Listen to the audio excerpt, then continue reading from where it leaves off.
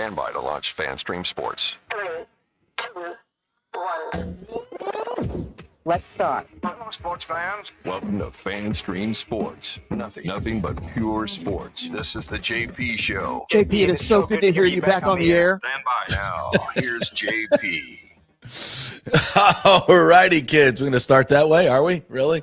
I always say it, but I never have my mic on, and all I can hear is every time that comes on, like all of us, all of the Petermans in unison saying it all at the same time every time I hear that.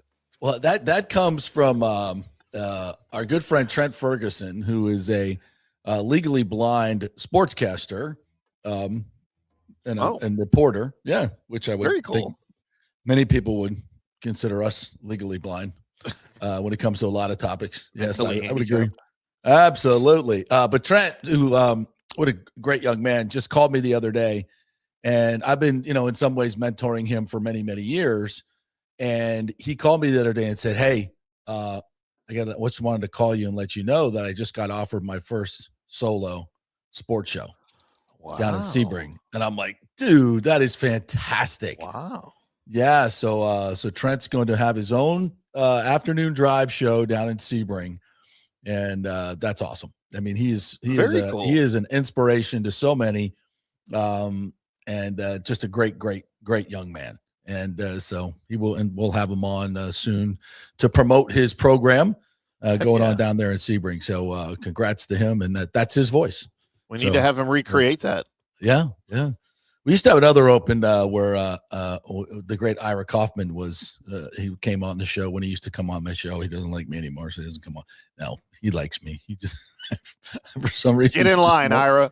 He won't come on the show. We talk all the time. We have a great time over it, and we play tennis together and all that stuff. But he won't come on my show. I don't know why, but he won't. He's got a lot. Too big time. He's got a lot going on. But Ira was part of our open for a long time. I want to bring that back. I wonder if I'll have to get his permission, because he did appear on the show, and it's a bit from the show. So I'll have to ask him.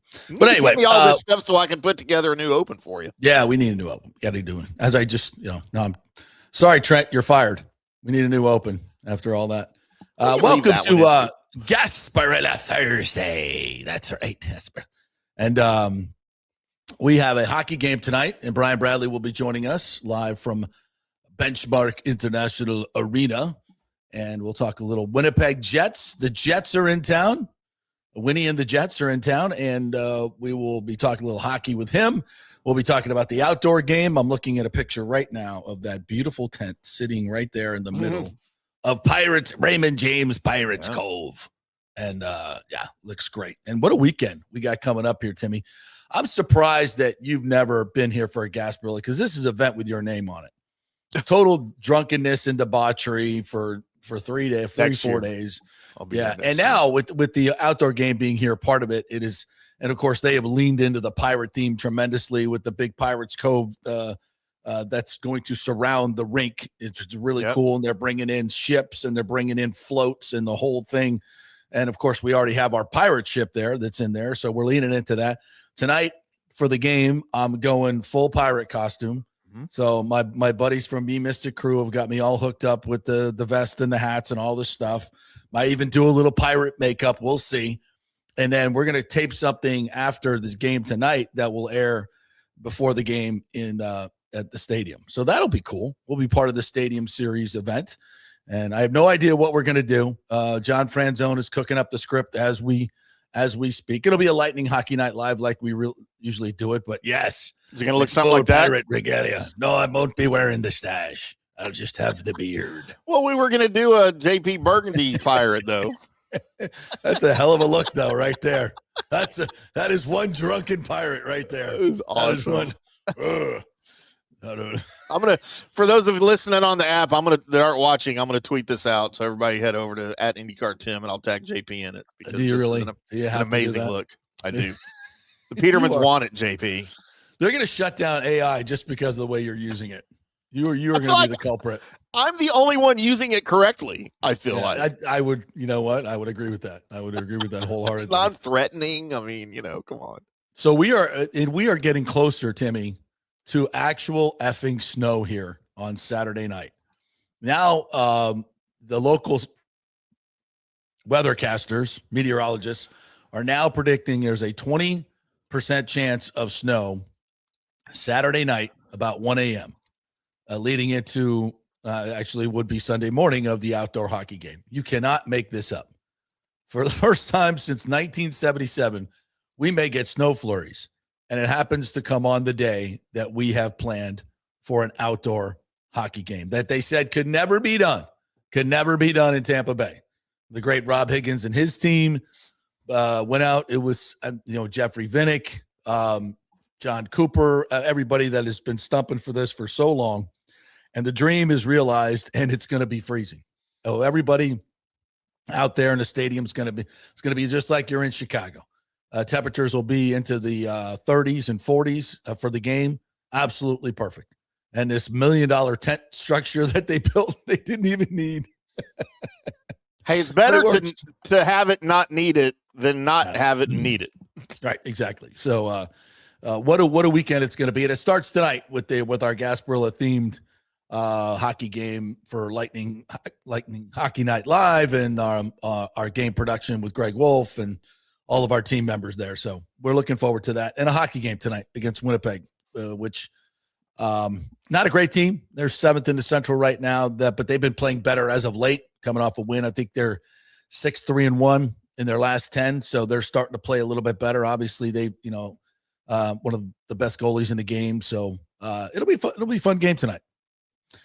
And I don't know if I typically will start with the pirate accent as we go into the bit, and then we start talking normal because it gets a little much. It does. But if I'm in costume, I may have to just stay in character the entire time.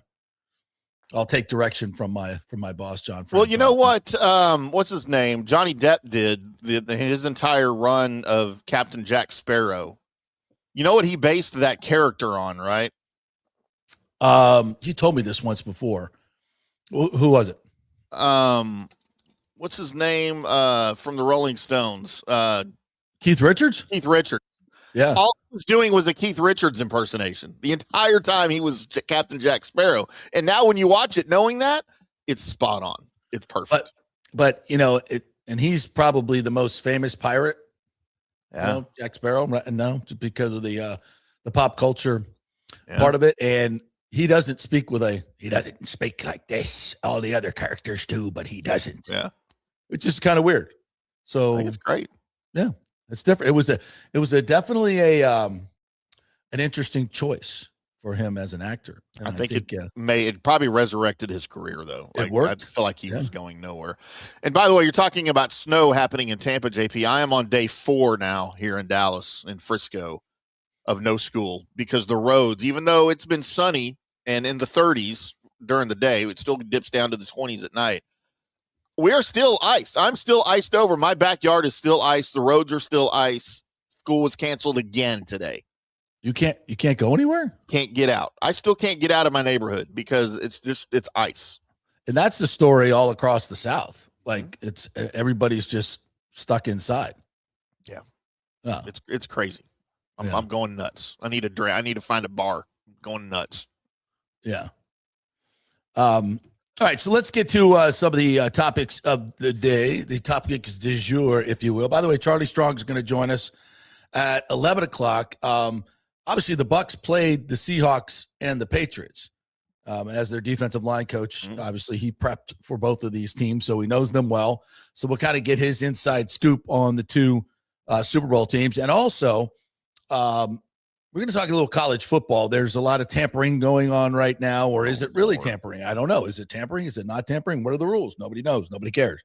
So we'll talk to Charlie, who obviously has been a head coach at Texas and USF and Louisville. Obviously not during the NIL times, but he was with Miami a couple of years ago. So he's certainly no stranger to all these new rules or new non-rules, whatever you want to say. So we'll get that from a coach's perspective as well. But I want to start with the Buccaneers, of course. We had the Zach Robinson press conference this week, and I thought he was very impressive. It's a wait and see for me. I think he's a really, really good fit. He's as close to Liam Cohen as you could get. They're best buddies. They tutored in the same places under McVay. Their career arcs are very similar. So if you like Liam Cohen, and who didn't, with 30 points per game, then you should like Zach Robinson. And I think that's the best analysis you can get. And you can go back to Atlanta, which I have done, and talk to a lot of people in Atlanta. You'll hear a lot of not so flattering things. But you'll also and again, I keep referring to the interview we had with Dave Archer last week, who was the Falcons radio guy. You can find that at FanStream Sports, Tampa Bay on YouTube. And he talked about kind of the pluses and minuses. He liked Zach, but he also acknowledged he was working with some real challenges last year and two totally different quarterbacks and how to handle that. And I think I can't imagine trying to coordinate an offense with a left-handed neophyte quarterback who really is not up to speed as to the NFL, the speed of the game in terms of comprehending what's going on, handling all of it mentally. I mean, that's something that Michael Penix really struggled with. Yeah. And then you have a Kirk Cousins who's a right-hander and slow and can't get to the mesh point. So now you got to use the pistol for that. So not to make excuses for Zach, but these are reasons why things weren't as smooth. And listen, they had a lot of success moving the ball. They just red zone and third down were issues. So different cast of characters, different quarterback, one that kind of, if you think about Baker, he's kind of a meld between those two guys. He has the mobility, loves to throw on the run, is very, very good at it, very accurate. Getting him out on the bootlegs and out of the pocket is going to be great. So I think it's a great marriage there. And Zach, obviously acknowledging the great offensive line that they have here. When you can marry the run game and the pass game, that's when it all comes alive. That's what Liam Cohen did the best. And I think it all sets up very well for this offense. I'm excited. And when you look at Zach Robinson, look a little bit at his history. We know he came from the Rams, been with the Rams since 2019 before he went to Atlanta. He's only been an offensive coordinator for 2 years, right, in Atlanta. After all that time, after 4 or 5 years in LA, and that's the only time he's called plays was the last 2 years, and he was not set up for success because of the reasons you outlined at quarterback. But look what he was able to do with the run game. So I feel like he gets it. Like I feel like he has a good understanding of what it takes for an offense to be successful and to adjust. He was just dealt a terrible hand at quarterback in his time there, thanks to Terry Fontenot. Terry Fontenot, the team. It wasn't his fault. But now he's coming into a different situation. I feel like he probably has a little more latitude with the offense under Bowles than he probably did under Raheem. Yeah, and I feel like it's a better situation. And you know what? We crapped on Grizzard last year because of the situation he was in, and a lot of that wasn't his fault. And so it's just a different situation coming in for Robinson, and I like the fit, man. I'm excited. Yeah, I am too, and it's again with what was out there, and frankly, I think it's a better fit than Mike McDaniel. And maybe so. And Todd Monken, who, by the way, congratulations getting the Cleveland Browns job. Nobody wanted, but I have a feeling that Todd's going to do. They're not going to the Super Bowl. Don't get me wrong, but I think he'll do a decent job there. I really do. He's a smart guy. He's been around. He was a great, he did great things at Southern Miss, took over that program that was about to go, that was 0-11 and took him to a bowl game in 2 years. So he's a good man, and I wish him the best. And we'll play the Cleveland Browns this year. So, by the way, a little Cleveland Browns tidbit for you. Jim Schwartz, their defensive coordinator, was thought to be the number one candidate for that job. And I think what I'm hearing was told inside the building, the job was his. And at the last minute, they pivoted and hired Monken. And when they informed, and Schwartz is still under contract for another year. Right. And Monken, early on, obviously, why would you not want Jim Schwartz as your defensive coordinator? Schwartz went and collected his stuff, said his goodbyes to his friends in the building, and left. So now, Cleveland, you have lost your number one defense coordinator out the building while you usher in the Todd Monken era, probably because of the way all that was handled internally. So the Cleveland Browns are going to Cleveland Brown. What a disaster. What a disaster they are. He probably was coming into this thinking, oh, man, I got Jim Schwartz. I got a number one defense. I'm good to go. I just get an average offense, and we can, probably win the division the way that thing's looking. Yeah. So, yeah. and so this brings us to the Tampa Bay Buccaneers, who have a very unpopular head coach in terms of their fan base. Great dude, love him, super human being. We all love Todd, but obviously his performance and the team's performance and the epic collapse of 2025 will go down in history as one of the biggest collapses of all time. And he's got to wear that as the head coach, obviously. So you got a very unpopular head coach in terms of the fan base. And now you are kicking the tires on a lot of head coaches that were fired. John Harbaugh, the Bucs kicked the tires. Are we happy with Bowles or are we not? I don't know. What are we doing? Okay. Sean McDermott. It was revealed yesterday that Sean McDermott, the Bills head coach, very successful Bills head coach, 5 division titles, 98 and 50, I believe, as a head coach, fired unceremoniously. Maybe a coup in the making as the offensive coordinator internally is elevated to head coach and Joe Brady. Interesting. So now it's revealed that the Bucs showed interest in Sean McDermott.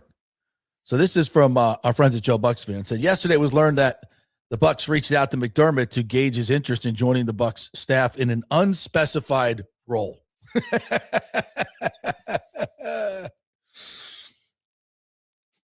What other role is Sean McDermott going to do here? So you're going to have a head coach who is the defensive coordinator, and you're going to bring in a former head coach who is way more successful than your head coach to be the defensive coordinator instead of Todd Bowles. So he's going to call the defense. And first of all, he's going to agree to that. So, I mean, even though this is being presented as, I don't even know what none of that makes sense to me. As Joe Bucs Fan writes, they say Joe has to believe Bucs coach Todd Bowles was on board with this. Really? Joe's pretty sure Bowles, as most head coaches do, has the final say on his coaches. And it just seems wild to think the Bucs AC/DC loving general manager Jason Light might be trying something like this behind Bowles' back. And I don't think Jason Light would.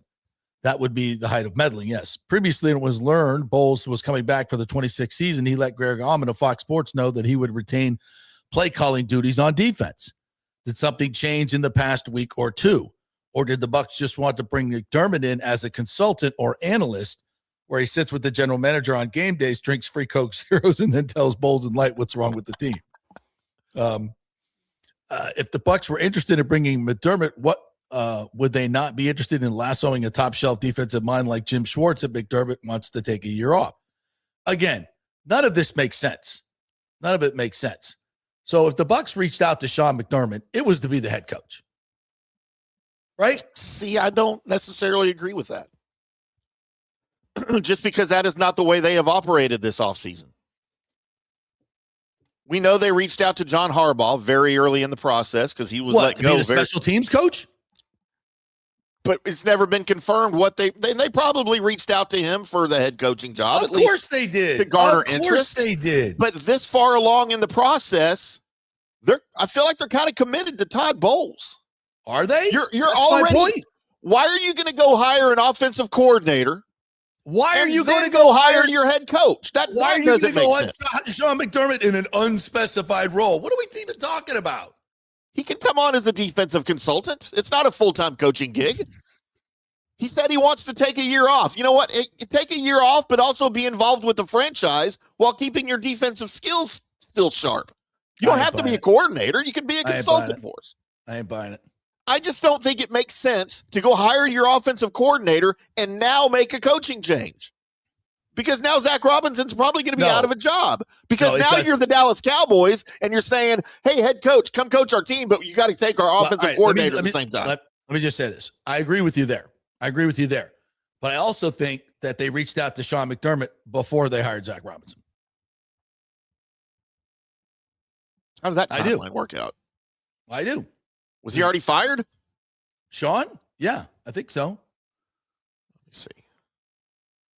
I mean, it's possible. I'm not disputing that. I'm just saying the whole thing's weird. Everything happening in Tampa Bay right now is weird. And that's my point. That's my point. What I'm saying to you right now is there's dysfunction. I believe there is, I don't want to say infighting, but I'll just say dysfunction. I believe there is dysfunction. I don't believe everybody is on the same page at all.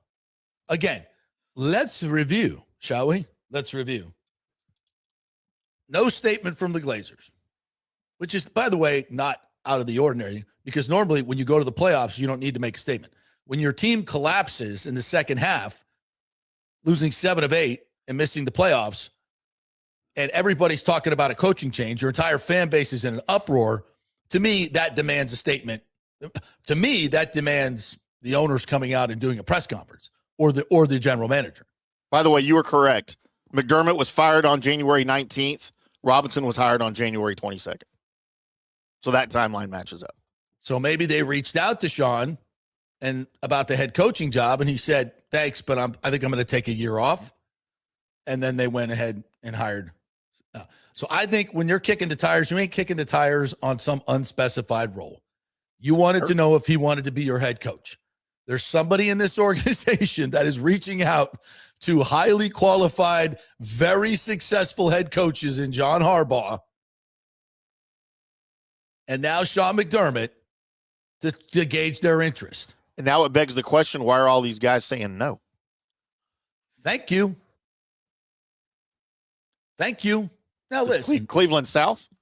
That doesn't, let's not go there. That doesn't necessarily mean that this is a bad place. No. I mean, can you see Sean McDermott being kind of blindsided and just going, you know what? I'm going to take a year off. Of course. Mike Tomlin, he's done. He may never coach again. And then Harbaugh, they kicked the tires on it, right? So I can see that, and there's his choice of different places to go, right? And he chose the Giants. He could have gone wherever he wanted. Right. And maybe there was something about this job that they didn't like. Maybe the pay wasn't good enough. Well, what are the Bucs for a guy offering? Like John Harbaugh, right? Like Todd Bowles has been the lowest paid head coach forever. And we don't know exactly what he makes now, but I think it's around $6 million, $6 to $8 million, somewhere in there, which is, again, one of the lowest paid coaches. So, maybe it is about money, which I'm coming to learn more and more may be the case. Maybe it is. And if that's the case, shame on the Bucs and shame on the Glazers. Because there's way too much money going around to not be able to fire a coach who's not performing. And then the question would be, if you're not willing to buy him out, why the hell did you give him an extension in this situation where clearly he is not overperforming or even performing up to what your standards are? If you would like to sit here and tell me your standards are 500, well, I don't think they are. I think I know the Glazers better than that. But again, I watch what your actions are, and clearly it's okay with the Glazers to be at 500 because that's where they are, that's where they've been, and that's kind of what's moving forward. So I think this whole Sean McDermott thing should raise more eyebrows. I mean, to me, you cannot sit here and look at this from the outside and go, everything's honky-dory at One Buc Place. Everybody's on the same page. If you were Todd Bowles and here's another report of a head coach that we kicked the tires on for some unspecified role, I could be completely wrong, but is Todd Bowles really reaching out to Sean McDermott to come in here as a consultant? I don't see that. Do you? No, this had to be an owner. It would be a stretch. It would be a stretch. It's almost an insult.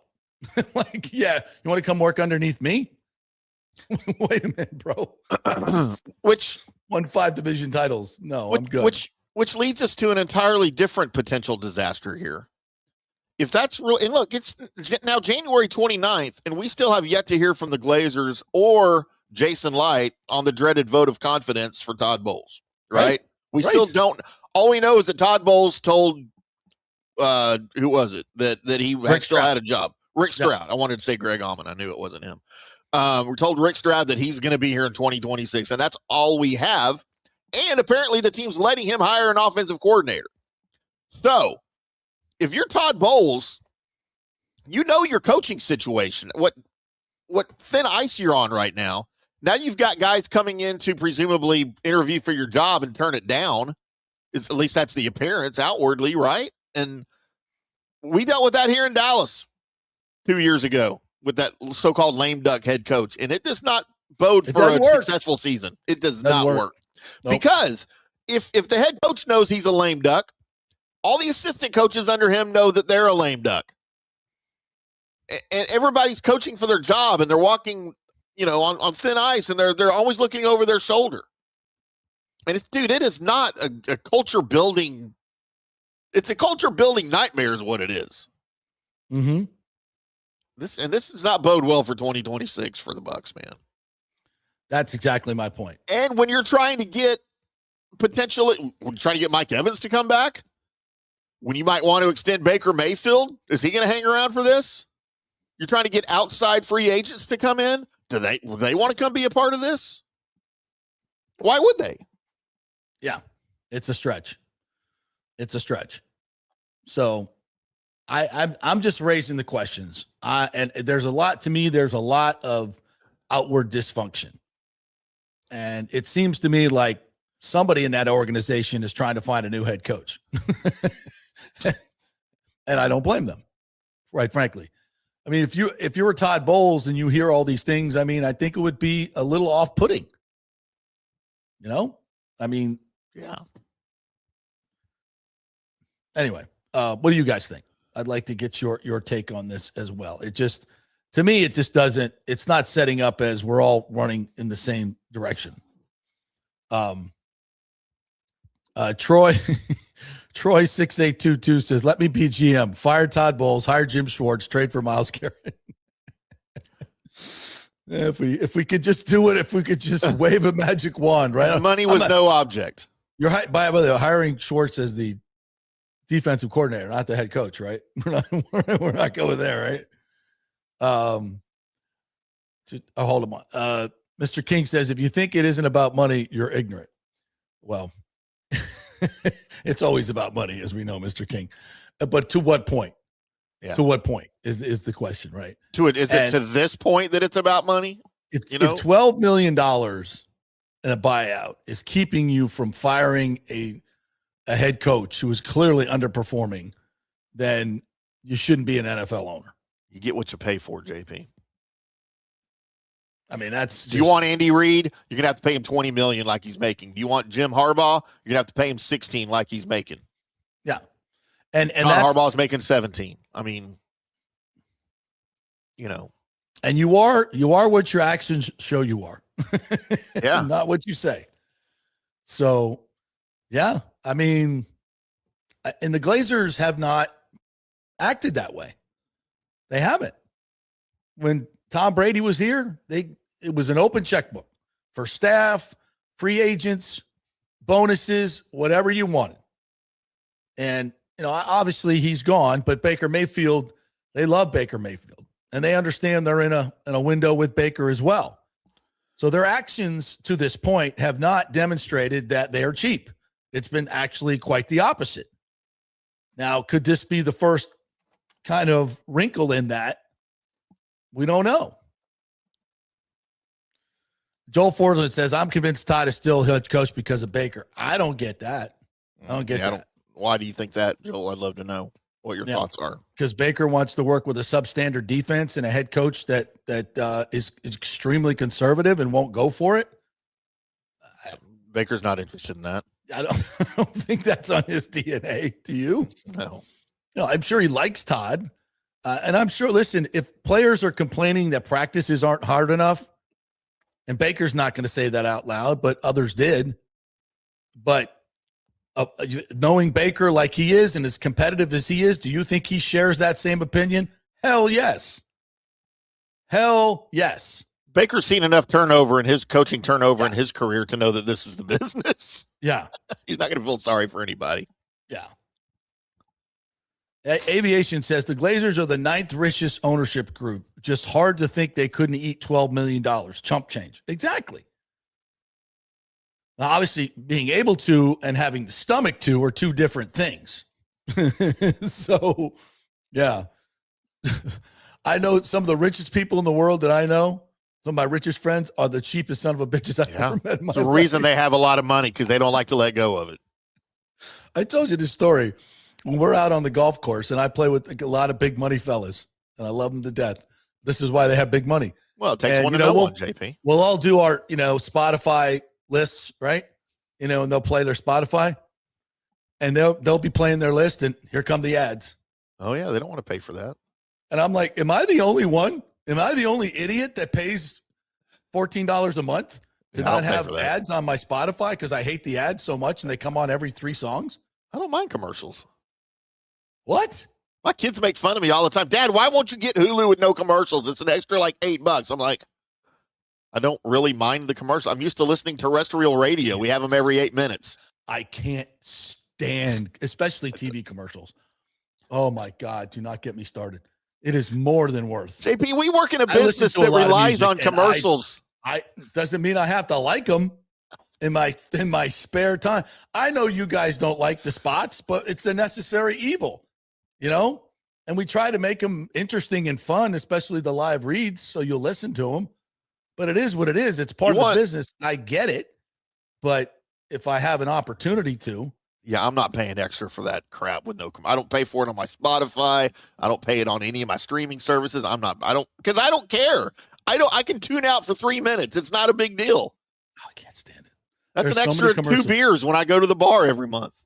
Like let's just, I could go on, for instance, of commercials on TV that, and by the way, have you noticed how many more commercials there are on TV now? It used to be 2-minute breaks. Not anymore. Ugh, brutal.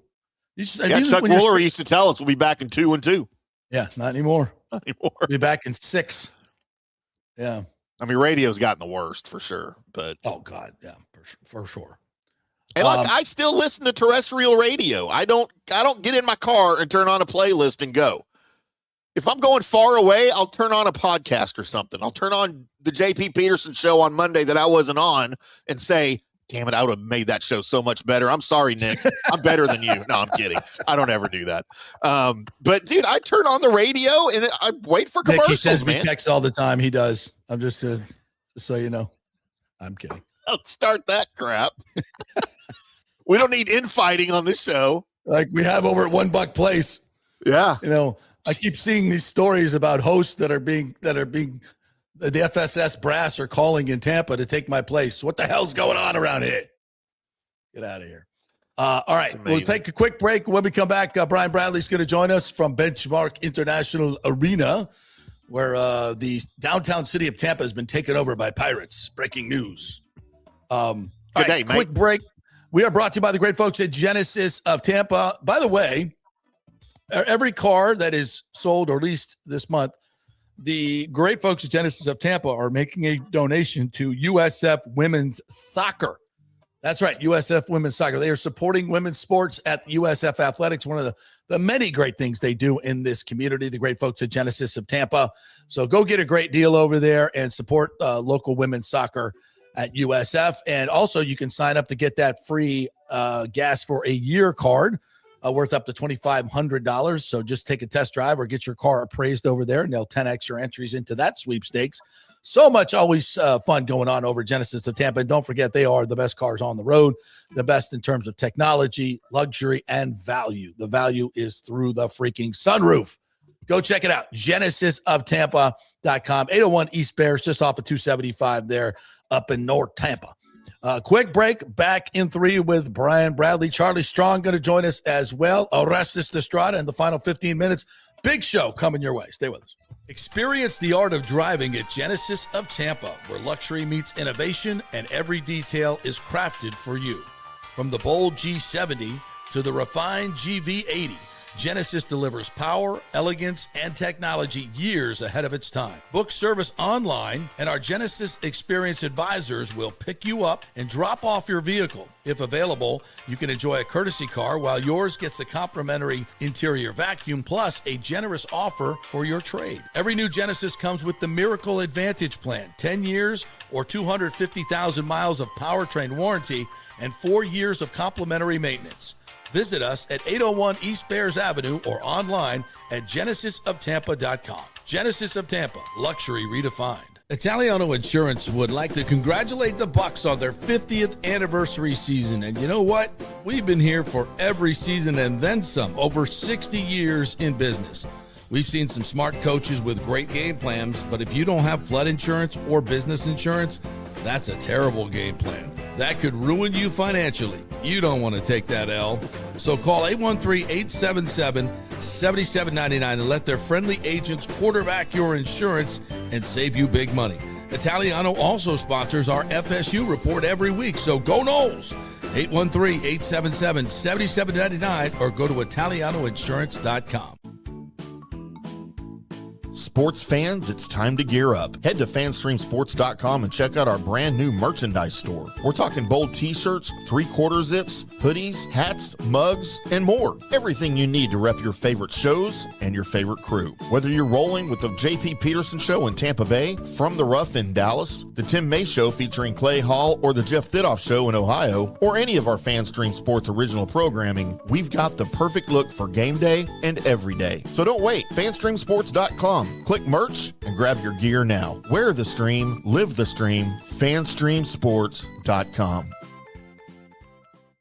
JP here for Riveters, the official sports bar and grill of the JP Peterson Show. We're located just south of Ray J and Steinbrenner Field, so it's a great pre- and post-game spot, and the happy hour is amazing. Monday through Friday, 3 to 7. Check out these specials. $3 Bud Light drafts, $4 domestic bottles, $5 wells, $6 premium wells, $6 cocktails like margaritas. It's unheard of. And the Riveters food is freshly made daily. No freezers. Happy hour food specials include $3.50 tacos and barbecue sliders. $6 you get edamame or chips with the beer cheese, which is amazing. $8 buffalo chicken dip, my favorite. The truffle fries, chili cheese fries, also $8 at happy hour. As well as other specials throughout the week, including Taco Tuesdays, you get $3 tacos, and Wing Wednesdays, 7 o'clock to 1 a.m. in the morning, you get our amazing wings, 5 for $5 and $5 wells and wines. That's a good Wednesday night. So if you're tired of the preppy, overpriced, generic sports bars, come see the amazing, friendly bartenders and staff at Riveters, where customer service really matters. Riveters, just south of where the Rays and Bucs play. We'll see you there. Hey, kick off the new year by impressing her with a real diamond, a natural diamond, from Golden Diamond Source. Don't start with a fake diamond, guys. That's a really, really bad idea. And if you're ready to pop the question, find the perfect engagement ring at the Golden Diamond Source, just like I did, just like Nick did. It is the best selection, the best staff, the best everything. And discover the new Emily collection by Emily Johnson Weintraub, a sleek and modern jewelry line that makes everyday gifts absolutely extraordinary. And by the way, gold prices have never been higher, so turn that old unused gold into cash or a stunning new piece. Just take it on down to the Golden Diamond Source and trade it in. Lots to get done at the Golden Diamond Source this new year. Start with an engagement ring from the greatest, the Golden Diamond Source. 3800 Alberton Road, always online at the Golden Diamond Source. It's the love you give only at Golden Diamond Source. Let's go. Right now. Back to the show on FanStream Sports. All right, welcome back to the JP Peterson Show as we roll on this Gasparilla Thursday. Snow is on the way. How the hell do pirates work in snow? Weird. We're brought to you by the great folks at Riveters. And if you're heading down to South Tampa, why not pregame at Riveters? It's always a great place to hang out. They'll be open early on Gasparilla Saturday and all weekend. Of course, if you're going to the hockey game,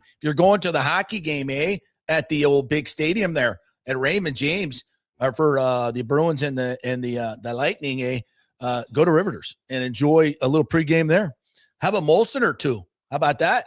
I think they'll have some on tap there for you, all you Canadians. I wonder how many Boston fans are coming down for this. Hey, welcome to Florida, sunny Florida. It's snowing. Are there just Boston fans that live there? How would you like to walk out of you're paying $1,000 a night to stay at your fancy schmancy beach hotel in Clearwater Beach, and you walk out on Saturday night and go, "Hey kids, it's snowing at the beach." That's what you get. I cannot wait to see that. But anyway, by the way, if you're going to pregame, Riveters is the place to go. Right there, just less than a mile south of Raymond James Stadium, or should we say Headman's Cove? Headman's Cove. What about JP's Cove? Yeah. There were some of those funny names that they had on there. Yeah, I saw those. It's Phoenix Voyage. Sure. All right, let's get the comments as we await Brian Bradley. He's got one of them sponsor things to do today. Good morning, boys. Alejandro Noriega says, let's go Lightning with the Gasparilla game tonight and can't wait. Hey, JP, with the Lightning have done trades bringing back players, what are the chances Stammer comes back home? A good question. And boy, playing pretty good hockey right now, too. Whew, is he ever? Where did that come from? Was he injured? What the hell was going on there that he was so bad? Was he just depressed, sulking, and then just decided to go kick ass? Whatever it is, I'll take some of it. Thank you. I need to know what your secret is, Stammer. Mm-hmm. But he's playing great. The contract obviously just does not fit. If Nashville wanted to eat a whole bunch of it, then yeah, we'd love to have him back. I would think, especially playing the way he's playing now. Danny boy, good morning to you, man. He says Tampa Councilman Charlie Miranda said yesterday that the Rays ownership should foot the entire bill for the stadium. If they have the money to buy it, they should have the money to build their house. Miranda said that to Spectrum Bay News 9 last night. Miranda added, I support any study, but it's got to be verified. I want it statistically from a non-committed organization, not committed to them, not committed to us. An unbiased study that's done so everybody understands where you're at, including the land that they're going to have, that they pay no tax. Miranda concludes, how would the city benefit from that if they weren't here? It's got to be a two-way study, not just be one way. Dahlia Dangerfield was a reporter from Bay News 9. Okay. So listen, as we've said before, there are going to be certain city councilmen and we love Charlie Miranda. He's been here a long, long time. He's very old, very set in his ways. And I get it. And when you've been a politician all your life and you want to represent the common man and the common people, you set yourself up to, resist things like this for, the quote billionaires. This is politics. Okay. Not disparaging Mr. Miranda anyway. He's a wonderful man. I've met him many times. He's been doing this forever. He's done incredible things in the city and for so many people. So I love me some Charlie Miranda, but I would respectfully disagree with his take on this. And I understand where he's coming from. Totally understand where he's coming from. And if it's not, and by the way, Charlie, I'm with you. If it's not a benefit to the city, then no, we shouldn't do it. Absolutely. I'm not sitting here saying we need to be writing checks to billionaires. Hell no. That would be incredibly inconsistent of me. As I accuse other reporters, Mr. Romano, of being inconsistent in their views and biased, I don't want to be in mine. So if this deal turns out to be a boondoggle like the St. Pete deal was for Stu, then we're not interested. 100%. I will not, as much as I love this group, I'm not going to sit here and pump up some deal that is horrible for the taxpayers and is not going to work out. Hell to the no. So again, everybody's losing their mind over the price tag. And everybody knows everything. I'm talking with people on Facebook and they're like, oh, $2.3 billion. What are they building with that thing? This is never going to work. Go to Orlando. What is it? I'm like, you haven't seen the deal yet. We don't even know if $2.3 billion is the actual number. So, we don't know what portion they're going to pay. We don't know how much money is going to come back in terms of property tax. And Charlie's right for the part of the development where the stadium sits, they probably will not pay property tax on that. But everything else they build, all those other condos, and they're paying property tax Those people are paying. There's going to be tax. So, Charlie, let's not start throwing out things like that. That the people who are not as engaged in this don't understand. Okay, we do this all the time. We try to throw out things that may technically be true in some way, but paint the picture in a broad way that is not correct. So let's not act like there's not going to be any revenue from this. All right. So anyway, let's table this discussion while we turn our attention to the Gasparilla Thursday game at Benchmark International Arena. The Pirates will be invading tonight, and that's where we find Captain Brian Bradley, who will be steering this ship for the next 20 minutes. What's up, me Hardy? How are you? What's up, JP? Look at you, got the pirate voice going on right now. I love it. Hey, what's on the show that shot again? There's what do we got on the Jumbotron? What is it? Is that we already got the pirate theme going? Yeah, the anchor partner. Right yeah, we got our. There we go. That's our graphics. Yeah, we just did a thing today with Benchmark International, Brand, Hard Rock, Mosaic, Tico, and stuff like that. Little partner event here at Emily or at Benchmark International. Yeah, all are fine. It's a slip. It was a slip. It's a slip right there. It's a pirate slip. It was you've been drinking too much rum already this morning, Bradley. Yeah. I can tell. Yeah. We got the boys on the ice right now. I'm on the second level because I was doing my thing earlier. So with the sponsors they're all right over there. Have a little morning skate. It's my man Tyrus O'Neill over there from Benchmark. Tall Tyrus. Is he over there? Yeah. Did you see him this morning? Yeah. Tell him I said hello. A few of them over there right now. Yeah. Yeah. All right. So let's we got a game tonight. The Pirates will be in the house, and the Winnipeg Jets will be there as well, who are getting a little bit better. I think they're 6-3-1 in their last 10.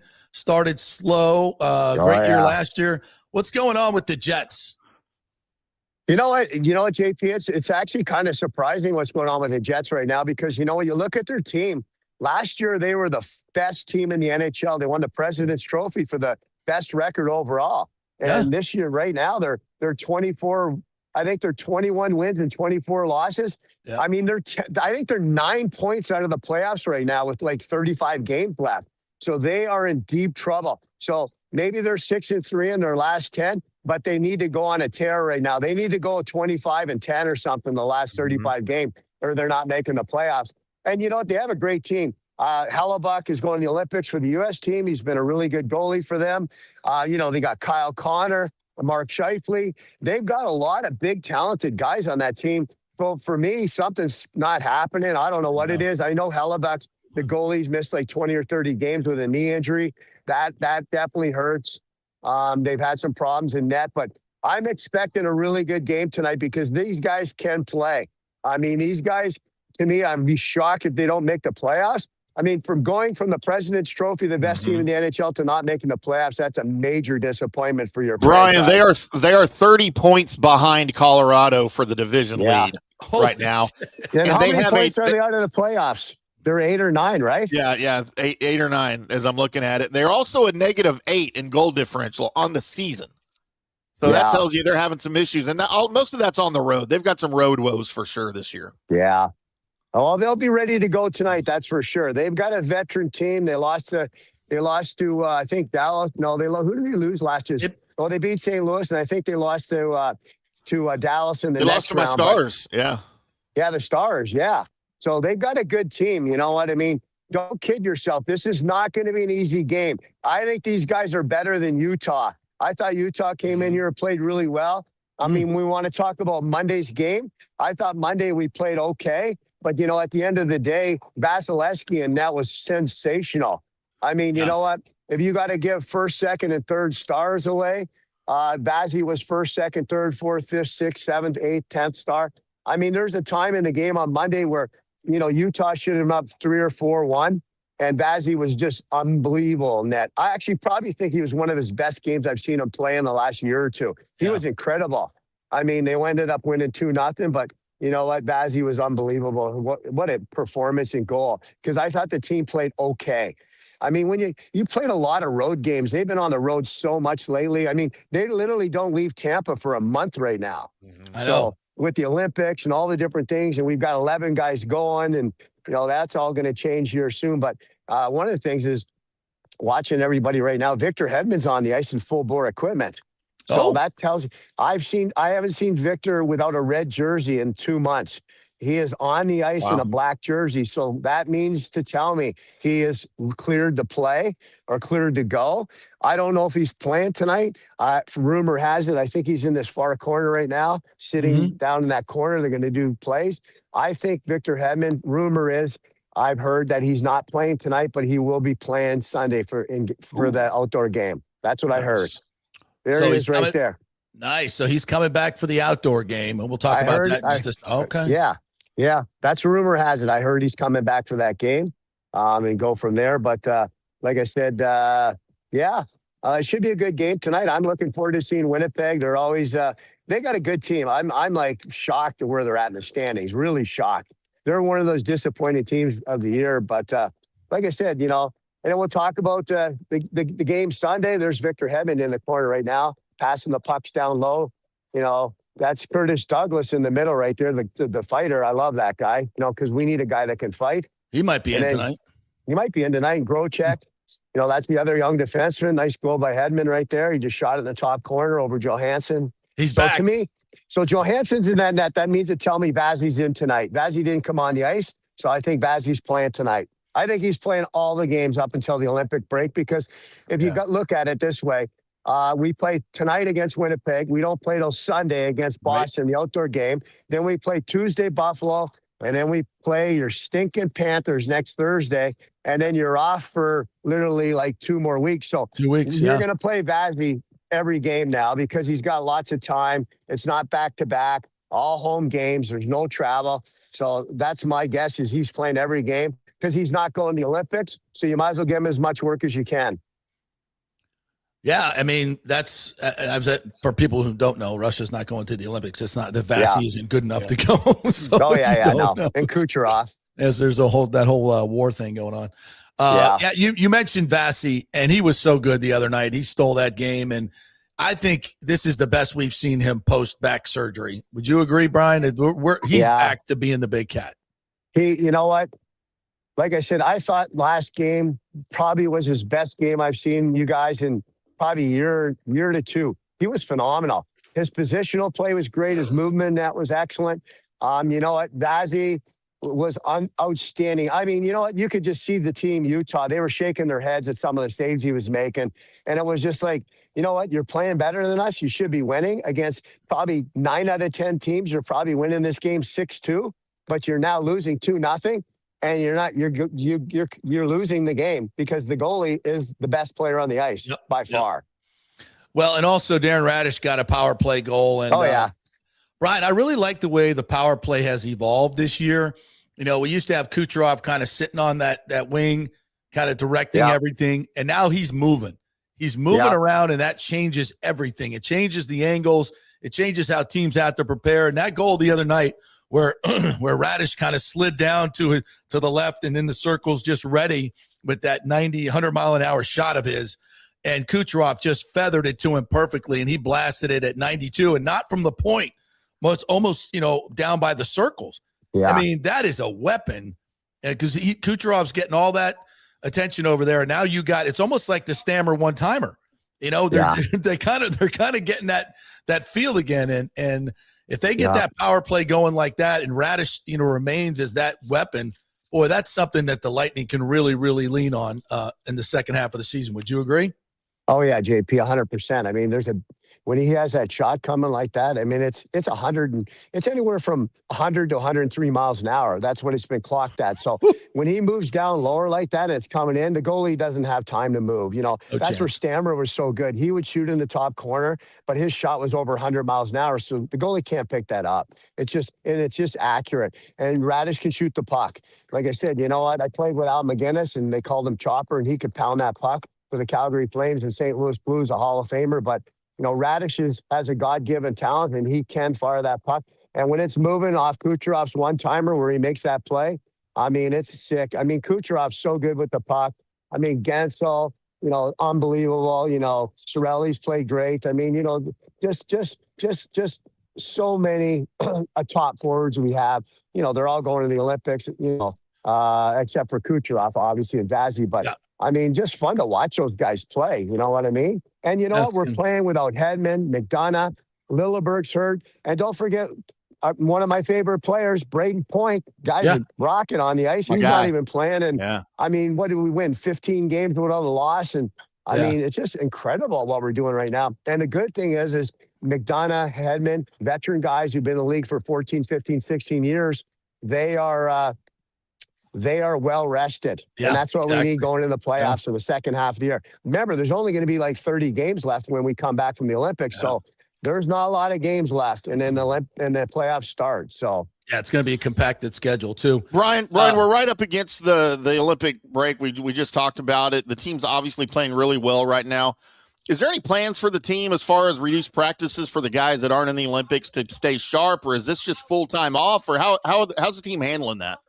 Yeah, you know what? I think I saw the schedule, you know, where they send a schedule out for the guys who aren't going to the Olympics. I think they have the first week or so off where they can do whatever they want. And then there's optional practices, you know, after the first week where they come back and practice as a team, you know, do some workouts and skate. Yeah, you can't take 2 weeks off and not do anything. You have to kind of have a little bit of movement, you know. So I think the first week they'll probably be off. Guys will go on maybe trips for 3 or 4 days to, you know, Mexico or Bahamas or whatever. But then after that, they'll be back riding bikes, working out, getting ready, because you just can't take 2 weeks off. Yeah. It's just you're not going to be in game shape. Hey, Brian, what are your thoughts on the outdoor game coming up on Sunday? Did you ever play in an outdoor game? I don't know how far back they go. But you played outdoors. Yeah, I played outdoors growing up in Canada, 100% for sure. So you know what? No, I never played in an outdoor game. I wish we could have, but they just didn't have it back then. You know, it didn't start till later on. Fun games to see. I mean, it's going to be so special. I mean, you know what? I think when you think about the outdoor game and stuff like that we got going on right now, I got to give, you know, like I said, the team, but, you know, you got to give guys like, you know, Jeff Innick, our owner. I mean, you know, what he's did to the city of Tampa, the community, $50,000 every game to a community hero. And then our CEO, Steve Griggs. I remember Steve Griggs. You know, he was pitching this when we were in Sweden in 2018 and 19. Hey, I want to get an outdoor game. We went to the Global Series. We were over there, played Buffalo. I mean, he was talking about having an outdoor game back then. I mean, it's like, and now probably 7-8 years later, we've got the game. Everybody's concerned about the weather, but I mean, look at what's happened. Last week was 82 We're going to have snow, Brads. Yeah, 48 degrees is the high. It's going to be spectacular. You couldn't even get better weather for this game. I mean, you know what? People say, well, I wish it was a little bit warmer. No, this is perfect for hockey. It's outdoor hockey. And hey, you know what? If it was 30 below in Canada, I don't know if I'd like to play in that. That's too cold. Hell no. Like that's a little bit too cold for me. But you know, 48 degrees, 42 degrees, whatever it is, that's perfect conditions for a hockey game. They'll have heaters on the bench, and you know what? It'll be fun for the guys. I mean, no one's going to be everybody's going to be watching this game on Sunday going, oh my God, what's the temperature in Tampa? 42? Yeah. That's impossible. Something's wrong with it. No, it's 82. They've just got the numbers mixed up. No, it's going to be 42 and snowing on Saturday night, Sunday morning. It's going to be ridiculous. Yeah. That's awesome. Oh, yeah. All right, Brad. Well, I'll see you tonight, and I'll be in my full pirate gear tonight, so don't be scared. I won't be scared. Yeah. Yes. Watch your throat, pal. Thanks, buddy. We'll see you guys. The great Brian Bell. Too fun. All right. Charlie Strong is in the house. We'll take a quick break. We'll come back and we'll talk football. This guy coached against both the Super Bowl teams. Yeah. We're getting a scouting report right now. So get your pens and pencils ready to get the lowdown on these two teams. So we'll get that. We're also going to talk a little college football with all the shenanigans that are going on. How do coaches handle this? I have to know. All that and more coming up in 3 minutes. Stay with us. Well, the folks at Third Generation Plumbing and AC want to say thanks for making them so dadgum busy. Of course, advertising on your favorite Tampa Bay sports talk show helps, but it's their incredible customer service, honesty, and integrity that have earned them tons of 5-star reviews. And now you could be part of the team at Third Generation. Yes, they are so slammed, they need to hire more certified AC technicians and plumbers. It's a great family business to work for. My buddy John Rodriguez runs an old school family business since 1995. They pay well, give you all the holidays off, and they offer great benefits. No cold corporate atmosphere here. You're part of the family. If this sounds cool to you, call them and apply at 813-961-8024, or you can email your resume in at thirdgenerationplumbing.com. Just go to the website, you'll see the button, email them, or call them at 813-961-8024. And don't forget about the $169 yearly maintenance special. It's a no-brainer, guys. thirdgenerationplumbing.com, and they also do AC. Ciao, Paolo Tini here, owner of Caffè Paradiso, voted number 3 People's Choice Award on Open Table. I want to thank all our loyal family of customers that have been enjoying our great traditional Italian dishes we make from scratch every day. It's a great family story we're proud of. Our family moved from Rimini, Italy in 1984. My dad, Caesar, started Donatello, and that's where I got the start in the restaurant business. I started Caffè Paradiso on South McDill in 1995, and we've been there ever since. From our traditional ossobuco, a veal slow roast for 4 hours, to our daily fresh catch, the Gruppo Paradiso, with a piccata sauce and lobster claw meat, homemade pasta like lasagna, farfalle salchicha, which is a bow tie pasta homemade with fresh sausage. Hold on a minute, JP's favorite. I love it. So come and have a glass of wine with me on South McDill. Get a reservation on Open Table and see all our 5-star reviews. Ciao, see you soon at Paradiso. Welcome to Kingmakers, home of the JP Peterson Show studio and Tampa's premier business networking and social club for members only. By day, it's an exclusive, vibrant co-working space with a stylish conference room, focus rooms, a full production studio, and an in-house marketing team. And by night, Kingmakers transforms into a sports-centric social hub with a full sports bar, golf simulator, and exclusive events. For young entrepreneurs and seasoned professionals, it's the perfect place to work hard, play hard, and make big moves in Midtown Tampa. Close the deal, celebrate the win. Only at Kingmakers. Become a member today at kingmakerstampa.com. Your business, your club. Hey, JP here for my concierge medical professional, Chris Lugo, PA. You've heard him on the show for a couple of years where he shares invaluable medical, nutritional, and supplement advice. With Chris, it's like having a medical provider as your best friend. What I love about this concierge service is the convenience and support he offers. I can text or call him 24/7 with any questions or concerns, and he'll promptly call in a prescription if needed. No office visits or copays required. It gives me peace of mind knowing I have someone genuinely invested in my health, not just focused on insurance profits. And the best part, the Bay Area Modern Medical Center's personal concierge service is more affordable than you might think. Don't let insurance companies dictate your health care. Take control of your health and wellness today. Visit BAMMC.com for more information and to schedule your initial free consultation. Empower yourself and take charge of your personal health with BAMMC.com. Let's go. Right now. Back to the show on FanStream Sports. All right, welcome back to the JP Peterson Show here on this Gasparilla Thursday. You better get your hot toddies on because it's going to be cold. They're thinking about even canceling the flotilla, Timmy. Oh, no. So, yeah, the waves are going to be really, really high. Those idiots out there, half of them don't take their boat out once a year, and they're going to go out in 7-foot waves in the bay when there's 150 boats within a quarter mile. Forget about it. It's going to be a manly thing. Yeah, good for them. Have fun with that. Yeah. We're brought to you by the great folks at Italiano Insurance, 813-877-7799. Get your insurance checkup right now, folks. Make sure you are fully insured. 40% of you are not. So you got to get the value up to your new value in your home to make sure your home insurance is correct. And also get your business insurance, get your flood insurance, all those things. Just call Italiano Insurance. They will answer the phone. Human beings will actually help you and walk you through the whole process. And then they will scour dozens and dozens of companies to get you the best rates. Italiano Insurance, 813-877-7799. All right, let's bring in the head coach. I just call you the head coach. You're the head coach to me. Charlie Strong, former Texas head coach, 2-time ACC Coach of the Year, Louisville USF.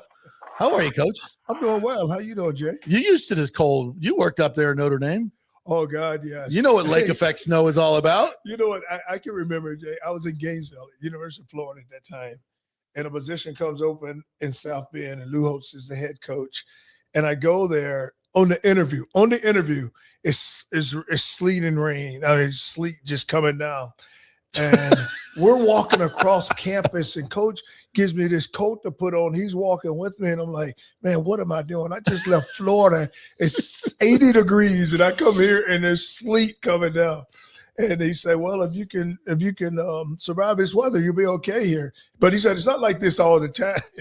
But just 80% of the time. Just 80% of the time. But I know, and you're right, that lake effect, you don't know what you're going to get. Yeah. Like, they're protecting, hey, you may get, 4 inches, and you wake up to, the next morning, it's 8 inches out on the ground. You can't even move. That's can't crazy. Move. You can't move at all. Speaking of coach, by the way, so Lou Holtz, obviously you coached under him. He's been a dear friend of mine for a long time. We have some family connections. My best friend is married into the Holtz family. And I saw Coach and you at the great celebration of the '88 national championship team. Yes. He is not doing well, as I know you know. And I would just like to take a couple minutes here to just celebrate that man and what he has meant for college football. And, it's a great story you just tell, because that man can convince anybody of anything. He convinced you to come to South Bend. Anything. Right? He was like, I've been fortunate to work for some really outstanding head coaches, but Coach Holtz has got to go down as my number one. And he's one of those people that when you're coming up through the coaching ranks, you don't really understand until you get with someone like that how much you don't know. Yeah. And then you get around him and you're just like, wow, I never looked at it like that. And just for who he is, and even like you said at the '88 celebration, I mean, look at all the former players that had come back there and the impact. And that's the only thing as a coach, you just want to impact people's lives, and that's all he did. And he isn't doing good, but he still have his mind, and I still call him and we'll have a conversation. Hey, Charlie, I can't get around, but I still got my mind. It's funny you say that, because in that room, you want to talk about some successful people. We're not just talking about, and there was, I recognize a lot of the players from the day, but so many of those guys are just CEOs, millionaires, billionaires. I mean, that was a house full right there. Coach, I'm sitting next to this guy, Jay, and he was a walk-on at University of Notre Dame. He's a walk-on. He's the CEO, of a company right there in New York, and he's telling me about it. And then Scott Palomo is one of the top lawyers, judges out in Phoenix. But you sitting there, and there's all these people just around you. You're right. And that's the thing that you realize when you're with there. It wasn't just the football side of it. It's what those guys, they have given the football, and then what they're doing with their lives now. They're leaders. I mean, big time leaders. And that's part of what Coach preached, right? I mean, it wasn't just about football, but it was just about, being better men. Without a doubt, his whole deal was, can I trust you? Are you committed to excellence, and do you really care? That's what he was like. He asked you those 3 questions. I remember we're sitting there, and this player had missed class. So they're not going to class. And he said, hey, Charlie, he's a defensive lineman. Hey, Charlie, get him up here to my office right now. Y'all come into my office. So we go in the coach's office, and we're sitting there, and he says, hey, give me your mama's phone number. So he calls the kid's mom while we're sitting there. And he said, I tell you right now, your son is not doing well. I don't know if Notre Dame is the place for him. Because I could only ask him 3 questions, and he can't answer yes to any of them. So I think I probably need to send him back to you. She said, don't you send him back to me, Coach. I don't want him here. He said, well, I get him straight for you. I straightened out this young man. Oh, that kid must have been just – he was – He knew the buttons to push, right? Oh, I felt so bad for him, because it's just like he just sunk down in his seat. And he was like, oh, my God. I mean, my man just like out of nowhere. He's just like, hey, give me your mom's phone number. Just call her. She's at work. And he calls her up. He is such a special person and has been for so long. And I've seen him speak so many times, and he never disappoints. And just as a person in the audience, you want to just go run through the wall after you hear him speak, and you're just ready to go. Jay, I've heard that speech. And the thing about his speech, he's been consistent with it. Yeah. And it's the same. And I can hear that speech a thousand times. And it's like you said, it just it chills your body just to hear him speak. And then he can do the magic trick. And it's like you sit there and you're like, hey, the best one, we're recruiting one time. And we go to his family, and he sits down in the middle of the floor, and the mom had cooked some dessert. And she's like, Coach, I got an apple pie in there. Do you want a slice? Oh, I love a slice of that. That's my favorite. He eats them. He eats Sitting on the floor. On the floor. And then he said, hey, I tell you what, Miss Smith, that was really nice. Can I have another slice? He got another slice. And you knew right there you was going to get that young man. I mean, because Mama was in. Mama was done. Yeah. After he asked for that second slice of pie, it was over with. So you went on a lot of recruiting trips with him. Oh, yes. You've seen the magic. I've seen the magic. Between the two of you, two pretty damn good recruiters. Yeah. That's where I learned it from him. From her. Yeah, right? Yes. What was the key to that? Number one is authenticity. Yeah. And you know, and where I learned from him in recruiting, recruit the parent. Yeah. We didn't recruit the kid. Like he had, like, that young man could be sitting there and there was no conversation with him. It's all to the parent. Yeah. This is what we can do for your son. This is what a degree would do for your son. It was all, even from Notre Dame, even when we went to South Carolina, the same thing. It's all about recruiting the parent, not where, because, you know, you get some single parents and they want somebody who's going to really take care of their son. Yeah. And he was one of those guys who could convince them that this is what's going to happen. As Bobby used to say, John, you got to win the mama. Yes. You got to win the mama. Yes. So you get the mama, you get the kid. You get the kid. Yes. So I hear you, Coach. Those two together, by the way, Lou and Bobby. And I've seen them. You know, I was lucky enough to watch them work a couple of times and do some events with the both of them. Man, that was like gold. Oh, like it was gold, like, man. Those two. Well, you think about those coaches back then; they were just so sincere. Yeah. And you like Coach Spurrier. You know, you look at Lou Holtz, you look at Bobby Bowden. I mean, the list just goes on and on and on. And you sit there and like, what those guys did for this sport now, and to see the way the sport is now, those guys wouldn't be in it. And look at the men that they produced too. Oh, the Derek Brooks, the Warwick Duns. Unbelievable! Like unbelievable, man. Not an accident. Tim Tebow. I mean, not an accident at all. Those are good. All right, so we're going to talk a little bit about college football after. I want to get to the Super Bowl because you guys coached against both of these teams. Yes, beat Seattle in Seattle, which was obviously your best game of the year. Sam Darnold had a good game. You got the pick from Levante late and won it. What is special about that Seattle team? I just look at it, Jay, as the quarterback has done an unbelievable job, and he has proven all doubters wrong. Yeah. And you look at him, I think right now he's somewhere around like a 70% completion rate. Sam Darnold. Sam Darnold. Wow. And you look at that's why you can't give up on the quarterback. Because you look at he was at the Jets at one time. He was in Carolina at one time. He goes to Minnesota. He wins 14, doesn't do well in the playoffs. Then now he ends up in Seattle, and he's in the Super Bowl. I mean, you got to cheer for a guy like that because of what he's been through. And that's why I say you can't give up on a player because what he's doing right now, and it's not even a lot around him. You look at Smith.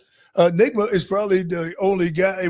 Cooper Colt. Yeah, Cooper's older, but Smith is the guy. Smith and Jigba is just. I mean, he and I'm trying to blank. Puka.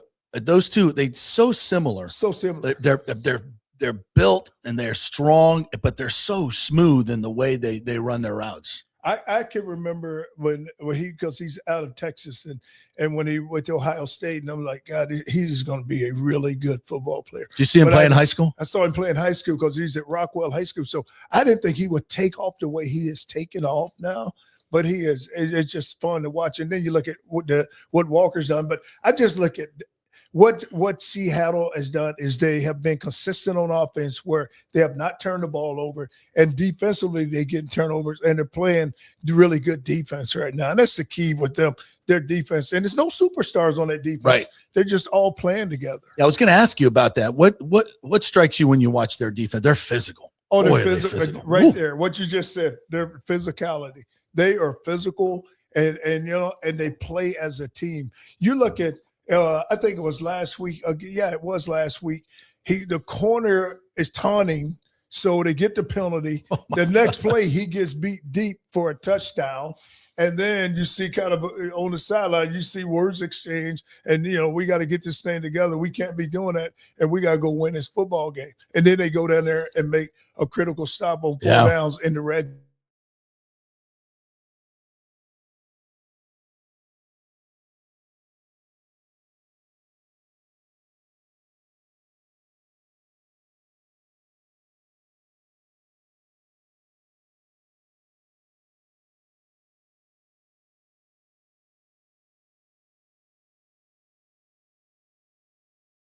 guys get a stop. They Jon, because they kind of know one another. On all those guys, either somebody on that team will play with him or he'll play with him. So he's probably jawing back and forth with one of his guys, and then boom, the official sees it, boom, and you can't do it. You just can't do it.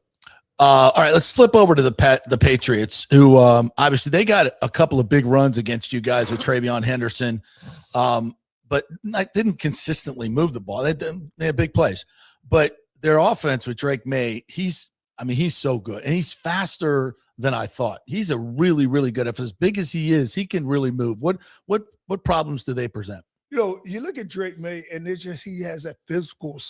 It's just a trait about him where he's big and physical, where he's gonna beat you.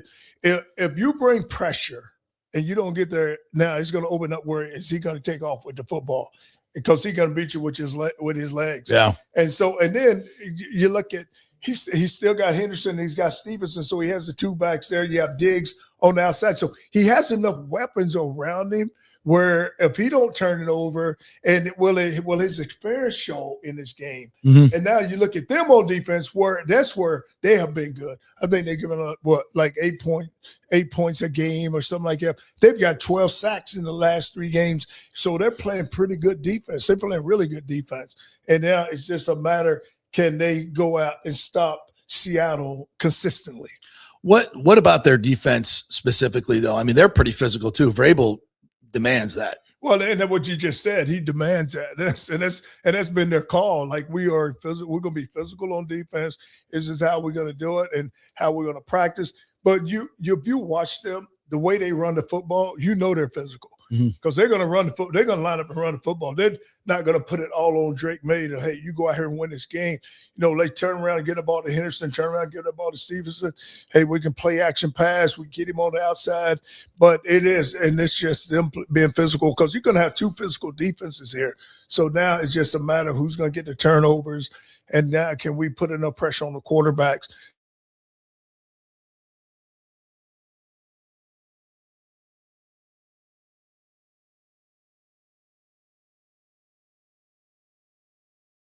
And all that. It comes down to blocking and tackling, right, Coach? And being physical. The more physical team usually wins. I look at Seattle, and I think if there's a weakness with New England, their offensive line.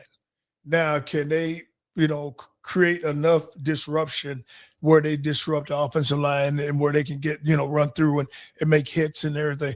But it just comes down to, hey, just being physical. It comes down, you make it like who's gonna make the first mistake here? Like, who's gonna turn this thing over? And that's why I always like watching like the first 5 minutes of a game, because you can tell you kind of see the tone set, because you think about 2 weeks ago, Seattle, what's the name, returns the opening kickoff. Yeah, Shaheed. Yeah, and they just got Shaheed from New Orleans. Right. That's a huge pickup. Huge pickup for them. And then he makes a big catch down the sideline. Yeah, to open the game, man. Opening game, they thought. But it's almost like somebody's going to make a big play here, and then all of a sudden kind of set the tone. Then the game settles down. Yeah. And now let's go play this football game. So how important, so you can usually tell from your eyes, like first 5 to 10 minutes, when you see the first few possessions, you're watching the line of scrimmage, who's winning the line of scrimmage. And then that's usually the team that's going to win the game. And that's going to win the game, because if you watch the line of scrimmage, because the play action and all that, but you want to see, can we move these guys, or who's going to try to establish the run here? Yeah. Like, are they trying, what are they getting out of the run? And also, are they not going to give up on it so easily? Okay, it's a 1-yard gain. There's a 2-yard gain. Now it's third down. We're off the field. Now do they come back and try to establish the run game some more? And I think it's what's been New England, where they've been able to, even though they may not get going in the run game, they have stuck with it. Yeah. And then they've able, and shorten their defense have game. gone out there. They shorten the game. That's so old school. With time of possession. Yeah. They try to win time of possession, and if you can do those things, then you have a really good chance. All right. So looking at these two teams, I feel like you're leaning towards Seattle. Now, maybe I'm wrong. Wrong. No. Only reason I'm leaning towards Seattle, I just like the way that Darnold has played. Yeah. And as long as he don't turn that ball over, then they have a chance. But I just look at his path, Jay, and I just like, You look at the Jets, he didn't do much there. Mhm. Carolina, he didn't do much. Then he goes to Minnesota, and he had weapons, and that's what everybody thought because he had weapons in Minnesota. Jefferson, Addison, Addison, he had the players. But then he comes to Seattle. All right, you got Cooper, who's older, and you got Enigma, who's a really good young player. But it's like he has played, he's been consistent, and he's played within the system. Yeah, Kenneth Walker and Charbonneau, who's out, obviously, but have been a great 1-2 punch. So they lose Charbonnet, but you know, it was the other guy, Hanlon, who filled in pretty good. Yeah, I think I like Seattle because of their defense, and they just have a few more weapons on offense, and will be and that offensive line. I think that's key. It's key. Yeah, and it's going to be who New England a matchup with Smith. You know, like who are they going to put on him? Like you said, he's like can't cover him. Like you're not going to cover him, and you can double him, and you know he's going to come down inside, but they have enough weapons where the quarterback Darnold, he's smart enough. Like that throw, like he made last week in the end zone. Everybody thought that he wasn't going to make the throw. Yeah, and he boom. Yeah, it's a great throw. All right, so we're thinking Seattle for that. We got about 5 minutes left, Coach. I want to just touch a little bit on. I don't know if you saw this past week. Dabo Swinney did a big press conference. I don't know if you got a chance to watch that. First time we've seen a coach really come out and talk about tampering with the players. And you were at Miami a couple years ago in this NIL transfer portal era. So you've been part of this. You've been obviously part of head coach when it wasn't.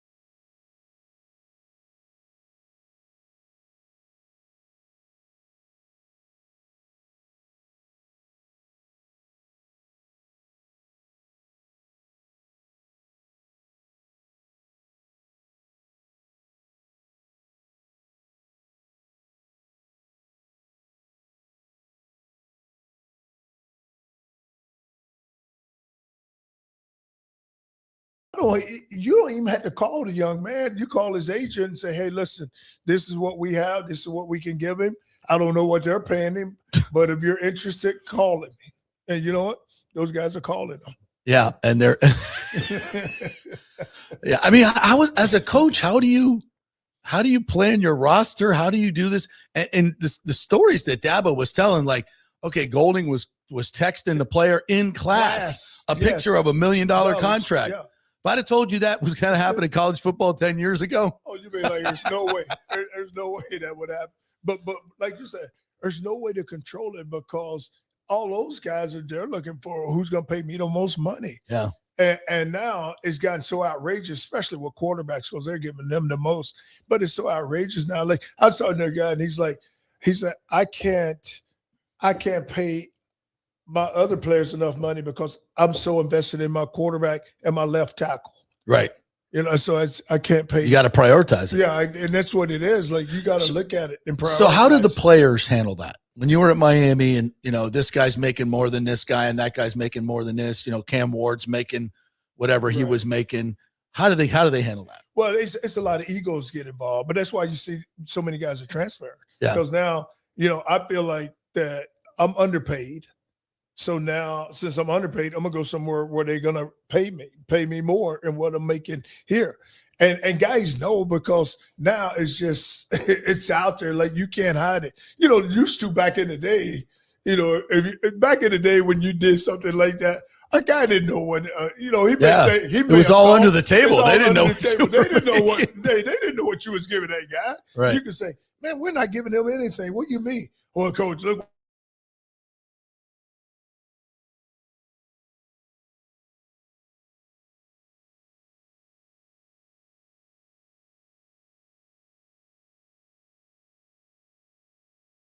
Now You look at just the whole landscape of it, and until they get a handle on it, it's just a wild, wild west. Yeah, and when we're talking about there's no rules, the NCAA, I guess, has rules, but they have no enforcement power anymore. No, so the coaches know this, so they're just going to do whatever. It's almost like it has to be honor among thieves, and like the players and the coaches have. I guess that's why Dabo did what he did. Just like the only way we can combat this is to go public and embarrass people. And where Dabo, he called him out, but where everybody knows with Dabo, he's not for the portal.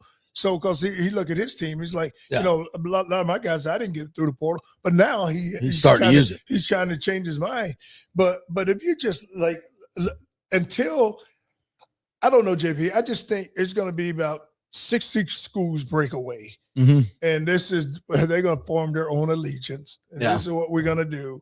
And so it'll be like a bigger NFL. So collective bargaining, all that. Yeah, but that's what's going to happen. It's going to be the haves and the have-nots, and you hate that for some of the smaller schools because they can't compete. So now, do they become a farm system for these guys? I mean, you think about it. If you're at a smaller school and you don't have the money that these other schools have, I would say to them, hey, listen, I will help you recruit, or you help me recruit this young man. And then I bring him to my place for a couple of years. Develop him. I develop him for you, and I send him to you.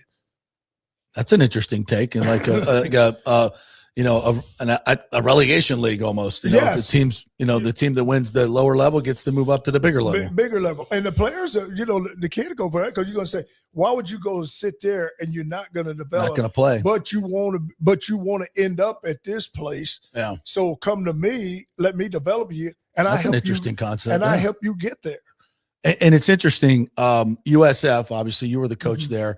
They're clearly now on the cusp.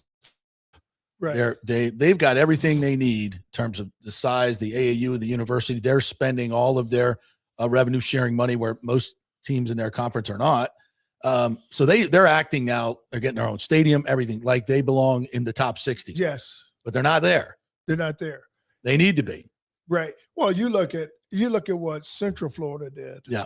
And so they made that move, a few years ago. So they made that move and they self-proclaimed themselves as national champions, which was nothing wrong. I mean, they gonna say this is what it is. We're undefeated. I was thinking about that, Jay. I can remember when Florida State when they didn't get they got the snub. They got the snub. They got the snub. So I was sitting there saying, okay, if I'm Florida State, I'm gonna tell my players, look, guys, we're going to go play, and we're going to play Georgia. Because you think about it, Georgia had only lost one game in 2 years. Yep. So Georgia was still in Alabama. I was at Bama, and we beat Georgia. But Georgia was still the best team. Yeah. But they didn't get in the championship game because Bama beat them in the SEC game. So you're looking at Florida State. Let's go beat Georgia, and let's self-proclaim ourselves. That's exactly what I said. I said there's two ways to deal with this snub. Number one, go to your players and say, F ESPN, who orchestrated that whole thing, in my opinion. And let's go play and beat Georgia and claim. And by the way, there are still the AP recognizes you can vote you the national champion. There are still entities that vote for a national championship that aren't tied to the quote playoff. So you could have claimed those national championships. But more than anything, your program is moving forward. You're making a statement. You didn't lay down and quit. You got up and you went, and with that defense that they had, they had coach, it. Like they could have went and beat Georgia in the you quarter. Think? With Jared Verse and Fisk. Come on, they had enough on defense to go do it. And that's what I said. Now go play and you go win.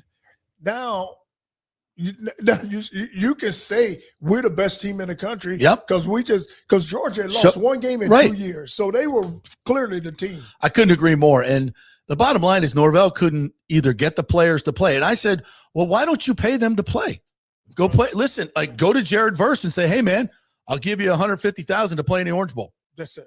Listen, is it one game? Guys, one game. Listen, I just make it work there well. One game is all I need you for. Right. And this is what you're getting $8 million, $10 million from the Orange Bowl anyway. I know that doesn't go directly to the school, but you could listen. You claim expenses. Hey, I got to pay my players to play in this game. I would have found the guys who I knew kind of like ran the team, and I would say, listen, guys, this is what I'm going to do for you guys. Y'all go convince these other guys, but this is what I do for you. I will give you this much money. Now y'all go convince these guys. And rally around it. And rally around it. Yeah. And they could have done it because you're sitting there like, hey, guys, okay, prove to them that we got snubbed. Right. Let's go prove to them that we are the best team. Let's go beat Georgia. And it probably could happen if you could have rallied them all together. And you're playing for something bigger. That's exactly what I said after the snub. I said, and the other choice was don't play. Yes. The only thing you couldn't do is what they did. Oh, yeah. Go there with a bunch of 18-year-olds against those grown-ass men in Georgia, get your ass beat 63-3. Because Georgia brought all their guys. That's right. See, they brought their team. Yeah. So they convinced their guys to come and play. That's right. So now let's convince our guys to go play it. Do you put that on the coach or the organization? I mean, the administration? Like, you don't have it because even like when you meet and you see you got snubbed and a lot of guys, then it's like, man, forget this, I ain't gonna play, But it's somehow you got to try to get them all rallied back around. So look, guys, we're playing for something bigger. Right. This is what we're playing for. So let's go prove to the country that we deserve, and this is how we're gonna prove to them that we can do it. And this could have been done. Well, I don't know if he must have tried. I mean, I would think as a coach, that's got to be your first go-to, right? But like you said, it comes back to what is in it for them, right? And you have to recognize that and honor it. Yes.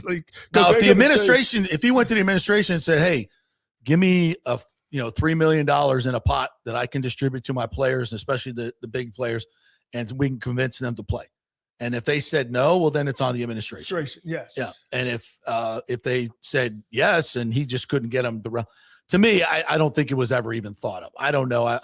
Maybe I'll ask those questions when I can find that out. But what they couldn't do is what they did. No. And they've never recovered. And they haven't. And that's what when I was sitting there looking at it, I was like, man, I would have went to those guys and said, listen, guys, this is what we're going to do. And we're going to go play this game. Yeah, a great opportunity. And all of us are going to play, and we got a chance to go win it.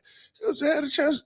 They had enough to go win the game. Yes, they did. And then, and like I said, the team, it was a perfect scenario for you because it was Georgia. One loss in 2 That's years. right. It wasn't some slack team that if you beat them, and let me just say this. If you go to first of all, they beat a Louisville team with Tyler Shuck, who had one of the best offenses and shut their ass down. Shut them down. Yes. Arguably a better offense than Georgia. And they won that game. And they went to Florida and won without a quarterback there. Yep. I mean, it wasn't like they were beating chump teams. No. And so that defense was, look at the guys that are playing in the NFL. That shit was legit. Yeah. Because you look at that defense is in the NFL. Every one of them. They're in the NFL. Yeah. And that team was loaded. Yes. It would have totally changed the trajectory of the program. Well, because you look at it, you lose that game, then you get beat the way you got beat. Now, it's hard. It's hard to overcome that. Yeah. Because those guys are looking at it. Look what happened to us. Yeah. And everybody just looks at the score. They don't know that you didn't have half your team there. No. And if you didn't go play, like Notre Dame got a lot of shit for not playing. It was the right thing to do. Notre Dame was smart because they knew if they go play that game, those guys weren't going to show up and go That's play. right. That's right. So they was like, hey, you know what? I'm not going to go play. I just saw what happened to Florida State. I'm not going to do that. They took a lot of crap for it, but it was you know what? You take crap for about a week, everybody forgets it. You go play a game and go 63-3. It's on the books forever. It's on the books forever. And then everybody would say, that's why y'all didn't deserve to be here. Exactly. That's why y'all didn't deserve to be here. Look what just happened to y'all. And they still haven't recovered. Mr. King here in the comments is so happy. I hate you. All right. Charlie, thanks for coming in, man. Always fun to chat with you. Great story. I'm come in next week. We'll do some more Lou Holtz stories. All right. Do that for sure. I love that, man. All right. We'll take a quick break. Orestes Estrada is going to join us. All comments and want to talk about the Rays, we will do that.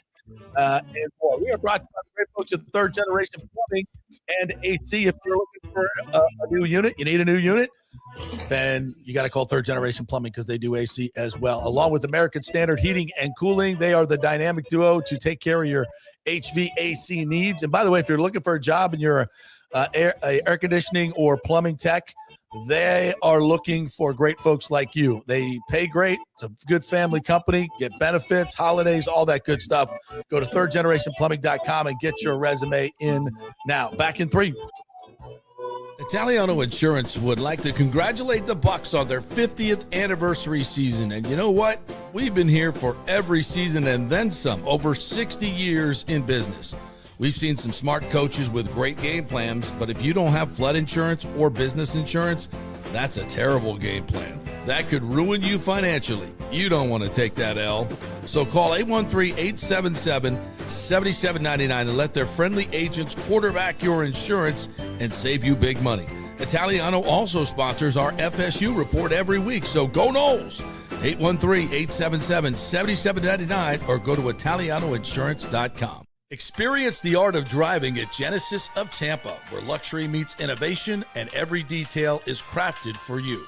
From the bold G70 to the refined GV80, Genesis delivers power, elegance, and technology years ahead of its time. Book service online, and our Genesis Experience advisors will pick you up and drop off your vehicle. If available, you can enjoy a courtesy car while yours gets a complimentary interior vacuum plus a generous offer for your trade. Every new Genesis comes with the Miracle Advantage Plan, 10 years or 250,000 miles of powertrain warranty and 4 years of complimentary maintenance.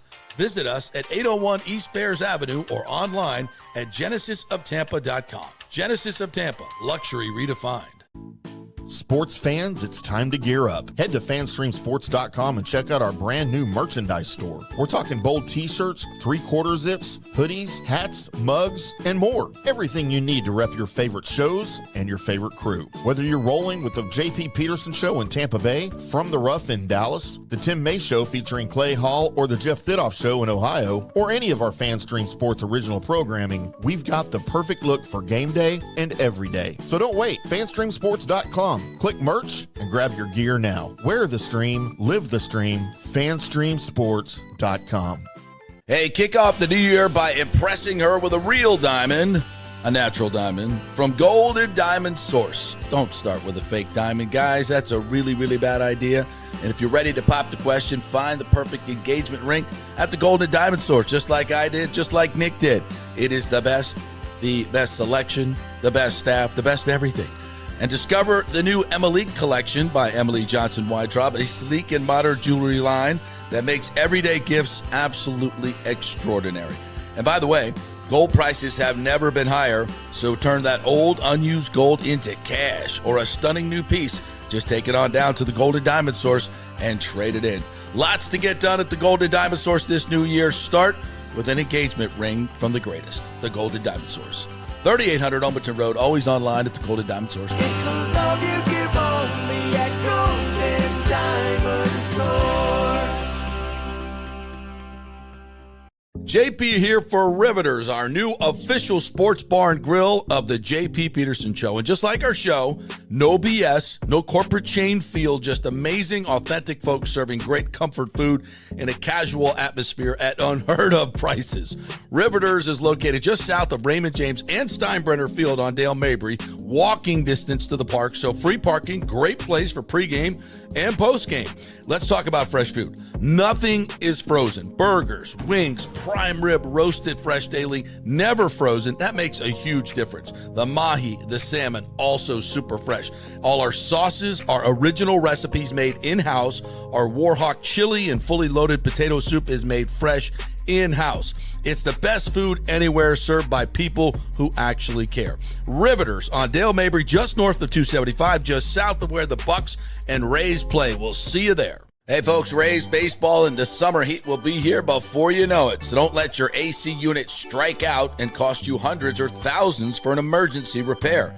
Get a 1-year maintenance plan from Third Generation Plumbing and AC for just $169. Though will come out twice a year and service your unit. Clean the drain line, make sure it's running to peak efficiency. If you need an emergency repair, it's going to cost you hundreds, if not thousands more. It's a no-brainer, guys. Just call the great friendly folks at Third Generation. They work with American Standard Heating and Cooling to ensure you have the most efficient and durable units. Their split systems offer the highest efficiency available while reducing energy bills and maximizing comfort. So choose my guys, John Rodriguez and PJ, at Third Generation, along with American Standard Heating and Cooling. Don't wait for the emergency that'll cost you thousands.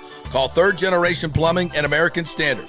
813-961-8024. That's 813-961-8024 or thirdgenerationplumbing.com. Let's go. Right now. Back to the show on FanStream Sports. All right, welcome back to the JP Peterson Show on this Gasparilla Thursday. Thank you so much for joining us here. We're brought to you by the great folks at the Gold and Diamond Stores. Valentine's Day is coming up, folks. They're going to have some great deals for you starting next week on Valentine's Day.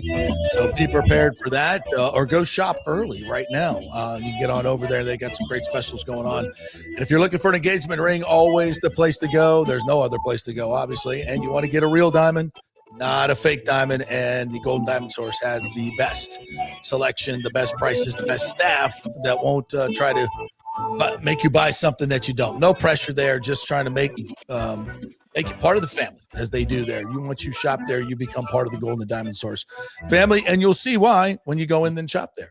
Say hello to Julie and Steve Weintraub in there. Their whole family works there, and it's a great family business. Gold and Diamond Source, 3800 Olmerton Road, just across the bridge from Tampa. About 15, 20 minutes. Go see him. Tell him JP said hello. All righty. Timmy, are you back? Are you back? I'm always here. We had a little technical difficulty in our house. Was everything coming across okay? No, I think y'all's internet was a little bit in and out because it was punching out here as well. So our apologies there. I don't know what's going on with that, but maybe it's the cold weather. Uh-oh. Winter is coming. Yes, winter is coming for sure. All right, let's get back to some of the comments, shall we? Lord, here we go. Well, to our discussion just now, and Mr. King is just an FSU hater, so I'll come at you. Joel Forsland says, and so is he, that wouldn't have worked, even though Coach of the Year in the ACC says it would have, and has actually been in the throes of it all, but you would know better. That wouldn't have worked. If they had beaten UGA, the media who hates FSU would have just mocked the Noles for claiming a title like UCF did. Okay, Joel. Wait, let me throw this out at Mr. King as well. I agree. People would have laughed FSU into irrelevance if they claimed a natty. No, we've taken ourselves into irrelevance since then. So. I was waiting for that. Yeah, we did that to ourselves. So, no, listen. First of all, if you're going to equate Florida State's season, if they'd have beaten Georgia and gone 14-0 and won the ACC without their starting quarterback and kicking ass on defense, and they beat Georgia, who lost one game in 2 years, right? And beating Clemson at Clemson, beating Miami. Who else did they beat that year? I had to go back and look at it. That team. And you're going to say that's the same as the UCF team that played that soft schedule and had one good win, Auburn, in the bowl game, and that was just the Peach Bowl. It wasn't an undefeated Auburn team or a one-loss Auburn team like Georgia was. Get out of here! Not even close to comparable. And by the way, in UCF at that particular time, and still had never won a national title. Florida State won 3. It's a completely different situation, right? Right. And so don't even compare the two. Would there have been some people in the media that mock? Of course, ESPN hates Florida State. We know what that's all about. We get it. It's all political. It's all money. We know what it's about. But I think a majority of the people and fans would have recognized, hey, they got snubbed and then went and beat Georgia. Like, hell yeah. And so this 2-loss Alabama team is better? This 1-loss team that wins the national title is better? How do you make that case? It's not, they didn't even get a chance to play those other teams. But they won every game they played, including Georgia, one of the best teams in the nation. And according to Charlie Strong, who would know, the best team. The best team. So get out of here with that. You guys are wrong. Sorry. We're right. You're wrong. But thank you for giving me some great content. Joel says, JP, I'm not disputing any of that. Just saying that's how the ESPN media would have. Oh, well, you're 100% right on that. But they don't rule the board. As much as they think they do, they don't. And they embarrass themselves all the time and continue to embarrass themselves with the shit that they put on TV. Getting so bad. Yeah, get out of here with all that. So I don't care what and you're right, ESPN would have said that, but they're not the only outlet in the world. I think there's a lot of people that would have recognized them as the national champions. And certainly they would have had a case, and a much better case, and not even close to comparable to UCF. Would you agree with that? I think you would have had more defenders of that than anything else from the national media. Well, we can all agree what you couldn't do is what they did. We can all agree on that, correct? That was the worst thing you could have possibly done. Mr. King said, "You're just an You are an FSU hater, Mr. King. Are you not? Are you not? Who could hate FSU? Like, they're just such a nondescript school. Like, they've never done anything to anybody." Well, again, it's so much of it is narrative. It's nothing to do with the truth, Timmy, right? And ESPN has developed this narrative through all their different channels and all their people to just dump on Florida. Say, "Oh, you sued your conference." Well, if you were getting 30 cents on the dollar to what your media rights were worth, you do it too. And if you didn't, you're a lay down doormat patsy. If you just continue to take that, and you went to them hundreds of times and said, "Let's fix this the right way without suing you," and they said, "F off." So at some point, you got to go to court. So let's keep that in mind. Mike H says Jimmy Johnson had some strong comments to the Hall of Fame voters and is boycotting Hall of Fame this year. Said a lot of teams were spying on play callings to get signals.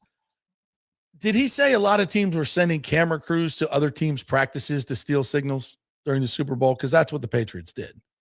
And then continued to send cameras to other places and lie about it, act like they're doing coaches show stuff.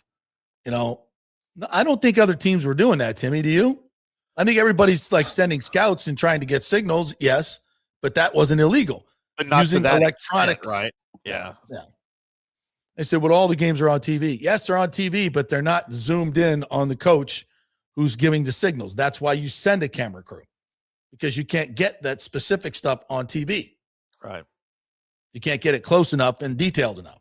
So you got to send a camera crew. Same thing that Michigan did. We're talking about the whole Belichick snub, right? That's what this is about. Yes. Man, I don't know. And look, I'm for the most part a Hall of Fame purist. I don't want any of the juicing guys from baseball in the Hall of Fame. And you and I argued yesterday, why do they have to have multiple ballots? If you're a Hall of Famer, you're a Hall of Famer. There should not be first ballot Hall of Famers, and there should not be second, third, fourth, fifth ballot Hall of Famers. You're either a Hall of Famer or you're not. Okay, I'm of that camp. That said, Bill Belichick is a freaking Hall of Fame coach. I don't care about the cheating. Yes, he there's no question he was involved in some of that. Every one of the coaches in the Hall of Fame have been involved in cheating. They just didn't get caught. All right. That's not the same as juicing as a baseball player. To me, it's not the same. So put him in. And the fact that he didn't get in on the first ballot, as I stick my thumb up my ass saying that word, it's ridiculous. And they should find out whoever did not vote for him, and they should lose their voting privileges. Well, Rick Stroud on his podcast suggested that it was not about the cheating, but it was about retribution from media members who didn't like the way they were treated. Yes, that's just as bad. Really bullshit. Which is really bullshit. You want to talk about a guy who got shunned by the media as at the time not one of, but maybe the greatest baseball player of all time was Ted Williams. He absolutely hated the media. Yeah. And that's just, listen, and that is what it is, but it should have nothing to do with Hall of Fame voting. No. Not personally not liking a guy or a guy dissed you.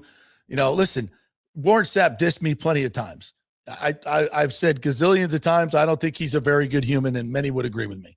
But I will never, ever debate the fact that he wasn't one of the greatest defensive tackles in the history of the game. Of course he was. And the driving force behind that defense. No question about it.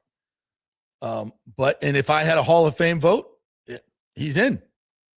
And what's funny is time heals all wounds. Look at Babe Ruth, the second greatest baseball player in the history of the sport.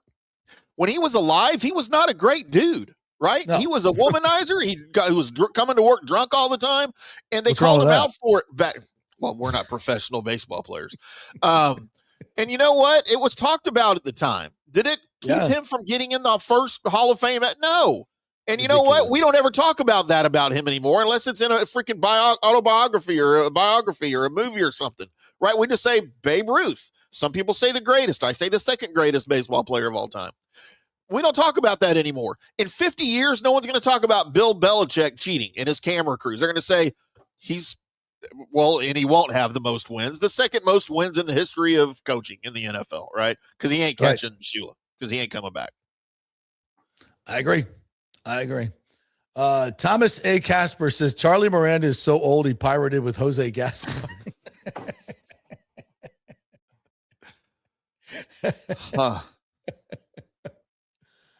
Oh, good one. Michael LaRue, good morning to you. Said Ryan McDonough is back for tonight's game. Hedman might be back for the outdoor game. Yep. That's going to be great. It's great to have. Welcome back, Captain. Welcome back. Now don't screw it up. Don't screw it up.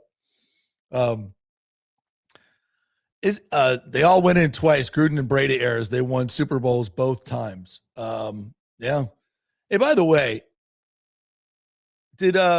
is Brady up next year for the Hall of Fame? Is it 5 years now? So his last year was 22, right? Yeah. 23, 27. 26, so 27. So he goes in next year. Next year's ballot? Assuming he doesn't come back and quarterback the Raiders next year. So Brady and Belichick will go in together? And maybe Robert Kraft? All three of them together? All at the same time. That'll be fun. I mean, I'm hearing crap from the voters. Well, people who we think are voters and maybe honestly saying this, that there's no way I'm putting Bill Belichick in before Tom Brady gets in or before Kraft goes in. Like, it's got to be a certain. First of all, why does it have to be a certain order? It's asinine. First of all, why are owners in the Hall of Fame? I mean, pioneers of the game, I guess, at some point. Now they're George Halas. Sure. Who, put it all together and grew the game. Yes. Jerry Jones. What has Jerry Jones done? He made the league billions of dollars. How? He changed the marketing of the game. How? When he first came into the league. Because he built his own stadium? No, that wasn't until 2009. That was 20 years later. Jerry Jones. I'll give you some. I'll give you some. Jerry Jones bucked the qualities system when he became. Yeah. Okay, I'll give you a little bit of that. So guys like that, if they did something, if you can make the case that they did something as an owner that was groundbreaking and changed the game and made the league more popular, then I'll listen. I'm available for listening to that. But I don't see Bob Kraft doing any of that. Yeah, what did he ever do? Except put together a dynasty because he owned a dynasty. Yeah, I don't. Yeah, that's listen. Weird. I will say this, and I'm kind of contradicting myself here as I think about it. Which we do that all the time. I mean, ownership is obviously extremely important. But I'm giving you credit for being a rich guy. You were already rich when you bought in, and now you're just spending your hobby money really well on. I don't know. I don't know. I mean, if guys served, I guess on. We have is it ownership wing, and can it be in the back, away from the real players? Maybe guys owners that served on certain committees, maybe the competition committee that had something to do with changing the rules for the better. But like you said, go put that wing kind of in the committee part of the Hall of Fame. And same with the broadcasters wing might be behind the ownership wing. Really?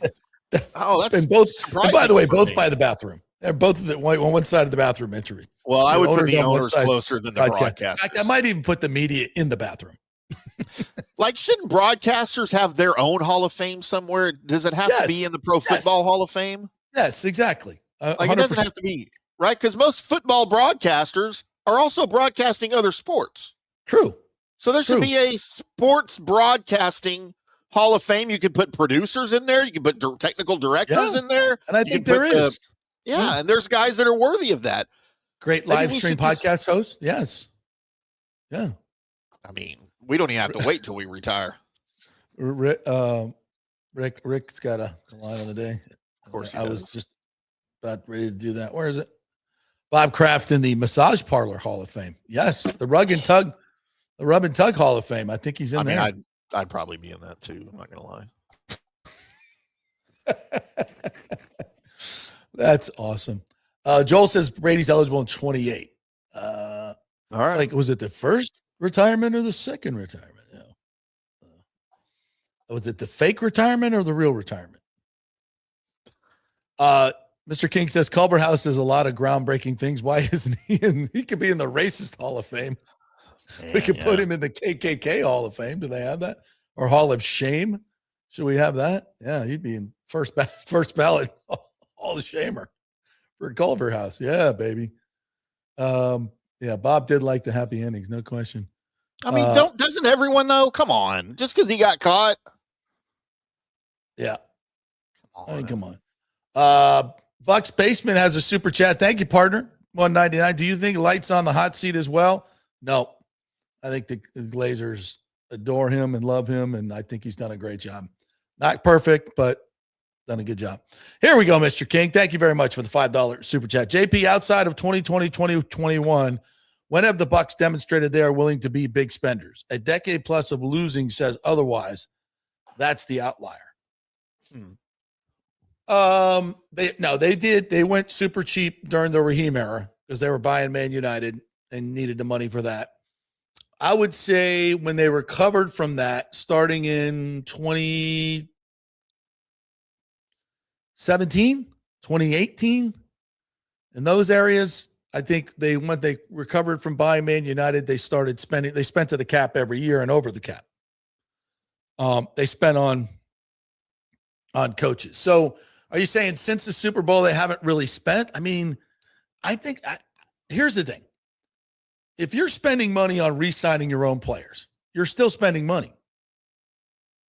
Correct? If you're making Antoine Winfield Jr. the highest paid defensive back in the game, you're spending money. You didn't go out and sign him, but it's still an outlet. You're still paying your players. You're still spending to the cap or over the cap. When you make Tristan Wirfs the highest paid offensive lineman, they've been spent this year. I think is the only year where they have been under the cap. Am I wrong on that, Mr. King? I think this is the only year they've been under the cap. So, correct me if I'm wrong. Maybe you can question where they're spending the money. Yeah, absolutely. But yeah, the idea that there's proof that they're cheap, I don't. Now, listen, if you're telling me that they're not firing Todd Bowles because of money, nobody has proof of that. Nobody has proof of that. We can guess. It may be that they just love their coach. So, did we get to all the super chats here, partner? Did I miss any? Yeah, there's just 2 that I saw. Okay. Thank you guys for the super chat. So, yeah, I mean, I'm willing to entertain it. I just haven't seen proof of it. And maybe this Bowles thing is. I mean, I can't see any reason on field performance that you could point to that would make you feel completely invested in Todd Bowles. So one thing that does make sense is you don't want to pay the money. I will agree with that. But I think I need a little bit more proof. We just don't know. Yeah, Aviation says Jason spent $14 million on Reddick showing. So they spent and missed. They did. It was a 1-year deal. It was team friendly. I don't have a problem with that deal. It didn't work out. They don't all work out. All right. Right. We liked it in the beginning. We can't, because it didn't work out. We can't just say now it was a shitty deal. We all loved it. We thought, but there were guys at the time that are in this chat that said, why didn't we go out and get, make a trade for Trey Hendrickson? Why didn't we go out and do this and get a real legitimate edge rusher? And this is the other thing, guys. We talked about this. Legitimate edge rushers don't want to play here in the Bulls defense. They don't, because you can be taken out easily in scheming in terms of making you drop into coverage. Yep. Because Bulls schemes make if you motion one way or another, it forces the defense in his scheme to drop guys into coverage. And those guys won't always be successful in this scheme. Your pure pass rushers cannot cover. That's not what they do, and Bowles makes them do that. You don't get it. I mean, the way the ball comes out quickly now, you only get maybe 10 to 15 chances a game to get a sack, where a quarterback's taking a true 7-step drop, trying to get the ball downfield. Now, you're going to take away 20% of those opportunities by having you drop into coverage? Yeah. Myles Garrett ain't doing that. Bose ain't doing that. And look at this. You guys, I see the name Trey Hendrickson thrown out there quite a bit, okay, for a lot of teams, not just the Bucs. Go look at Trey Hendrickson's time in New Orleans when he first came into the league. Go look at his numbers. He was not awesome. Do you know why? Because they put him back into coverage a lot more than they made him rush the passer. He goes to Cincinnati. What is he asked to do? Rush the passer. That's all we need you to do. He's awesome. Right. If you go back to a scheme, the same scheme he ran in New Orleans defensively, he's going to go back to being New Orleans Trey Hendrickson. Do you want that Trey Hendrickson, or do you want the one from Cincinnati? You want the one from Cincinnati. Well, in the scheme that Todd Bowles runs, that's not the guy you're going to get, and you're going to pay him $35 million a year. Yeah, and you would have to give up a lot of draft compensation to get him too. So, all right, I'm willing to entertain it, Mr. King. He said what I mean by being big spenders is willing to spend in cash more than what the cap allows, like the Eagles, for example. Yeah, I got you on that. All right, I'm going to look into that. I'm going to get a little bit more educated on exactly what people are spending over the last few years and the difference between bringing in free agents. And I know there is a bit of a difference, and spending it on your own players. So I will do that on a later date. All right, before we get out of here, Big O is here. Timmy, Hamm, brother. You wanted to say hello to you, Timmy. What is up, Big O? Man, you know how much I love you, buddy. You are the heart of Fan Stream Sports, man. You know, you just don't lie. This is the truth. And no, it's good to hear your voice, buddy. I was very intrigued by this last little segment there about talking where the money's go, because that's the thing in sports, man. You know, it's where really truly is the money is going for most teams, right? I mean, there are the exceptions. The Dodgers have so much money, and certain teams have so much money. Even your Dallas Cowboys have a shitload of money. But they do. Yeah, I know that don't mean you're gonna win. Don't mean you're gonna win. Isn't that crazy? You know. By the way, I just wanted to tell you, the Dallas did not make it to the Super Bowl, but neither did Green Bay Packers. So that's okay, because your boy that left there did not go to the Super Bowl. It looked like the first 2 weeks of the season, he's going to the Super Bowl. They didn't make it to the Super Bowl. That's right. So, you know. And they probably the reason that they didn't is because he got hurt. Yeah, you're right. He did get hurt. Talk about edge rushers. That guy's a beast. But no, excited. A lot of things going on over here. Talk about money, $2.3 billion being thrown out there for a stadium. Are we talking about that today? Yeah, I don't know, but we might. Yeah, we are. Big O show coming up at 12:30 to 1:30 here. So all you guys in the chat, get your ass back here. Go get your lunch. Get your ass back here, and we're going to sit down with your big. Go over to the Riveters, folks, and get some chicken wings. Ooh, that place is good. Oh, yeah. Or a burger. Yeah. Oh, loves the burger. I got a Jersey Mike sub waiting on me in the kitchen, boys, when we're done. And we need to make I'll be in Jersey this weekend. New Jersey. Doing a little autograph signing thing with some Jersey people. Yeah, nice. Very cool. Jersey's always nice to go to. Said no one ever. My God. Damn. Bergen County just Sinatra was a fan. Bergen County just went. Yeah, exactly. So now, hey, come on. Just make sure you delouse yourself before you come back in this. Oh my goodness. This is how he's going on. Hamon, por favor. It's your jersey. Por favor. Que pasa, JP? Que pasa? Que pasa? Kielbasa. That's how I teach que pasa to Americans. Just say kielbasa. Oh my. Mike reminds me. Yeah, there's a cyclone bomb hitting Jersey. What? Yeah, freaking later. It's I think Sunday or Monday. I'm back. You'll be in and out. I'll be in and out. Like going to Jersey. Zipping out. That's the only way to go to Jersey. Get in, get out. Make your money, get the hell out. That's how to do it. Yeah, get out. All right. So that's coming up in a few minutes. Thank you, guys. Thank you, all our sponsors, our great sponsors. We appreciate you. Thank you for all the comments. Even the guys I yelled at today, we love you, Mr. King and Joel Forsland. We're just having a little debate. It's a sports debate. We're fun. No, we love each other. No, we do it respectfully here. We have fun with that. You know that. Yes. We're not name callers here. Have a great day, everybody. See you in a few minutes if you want to talk some baseball.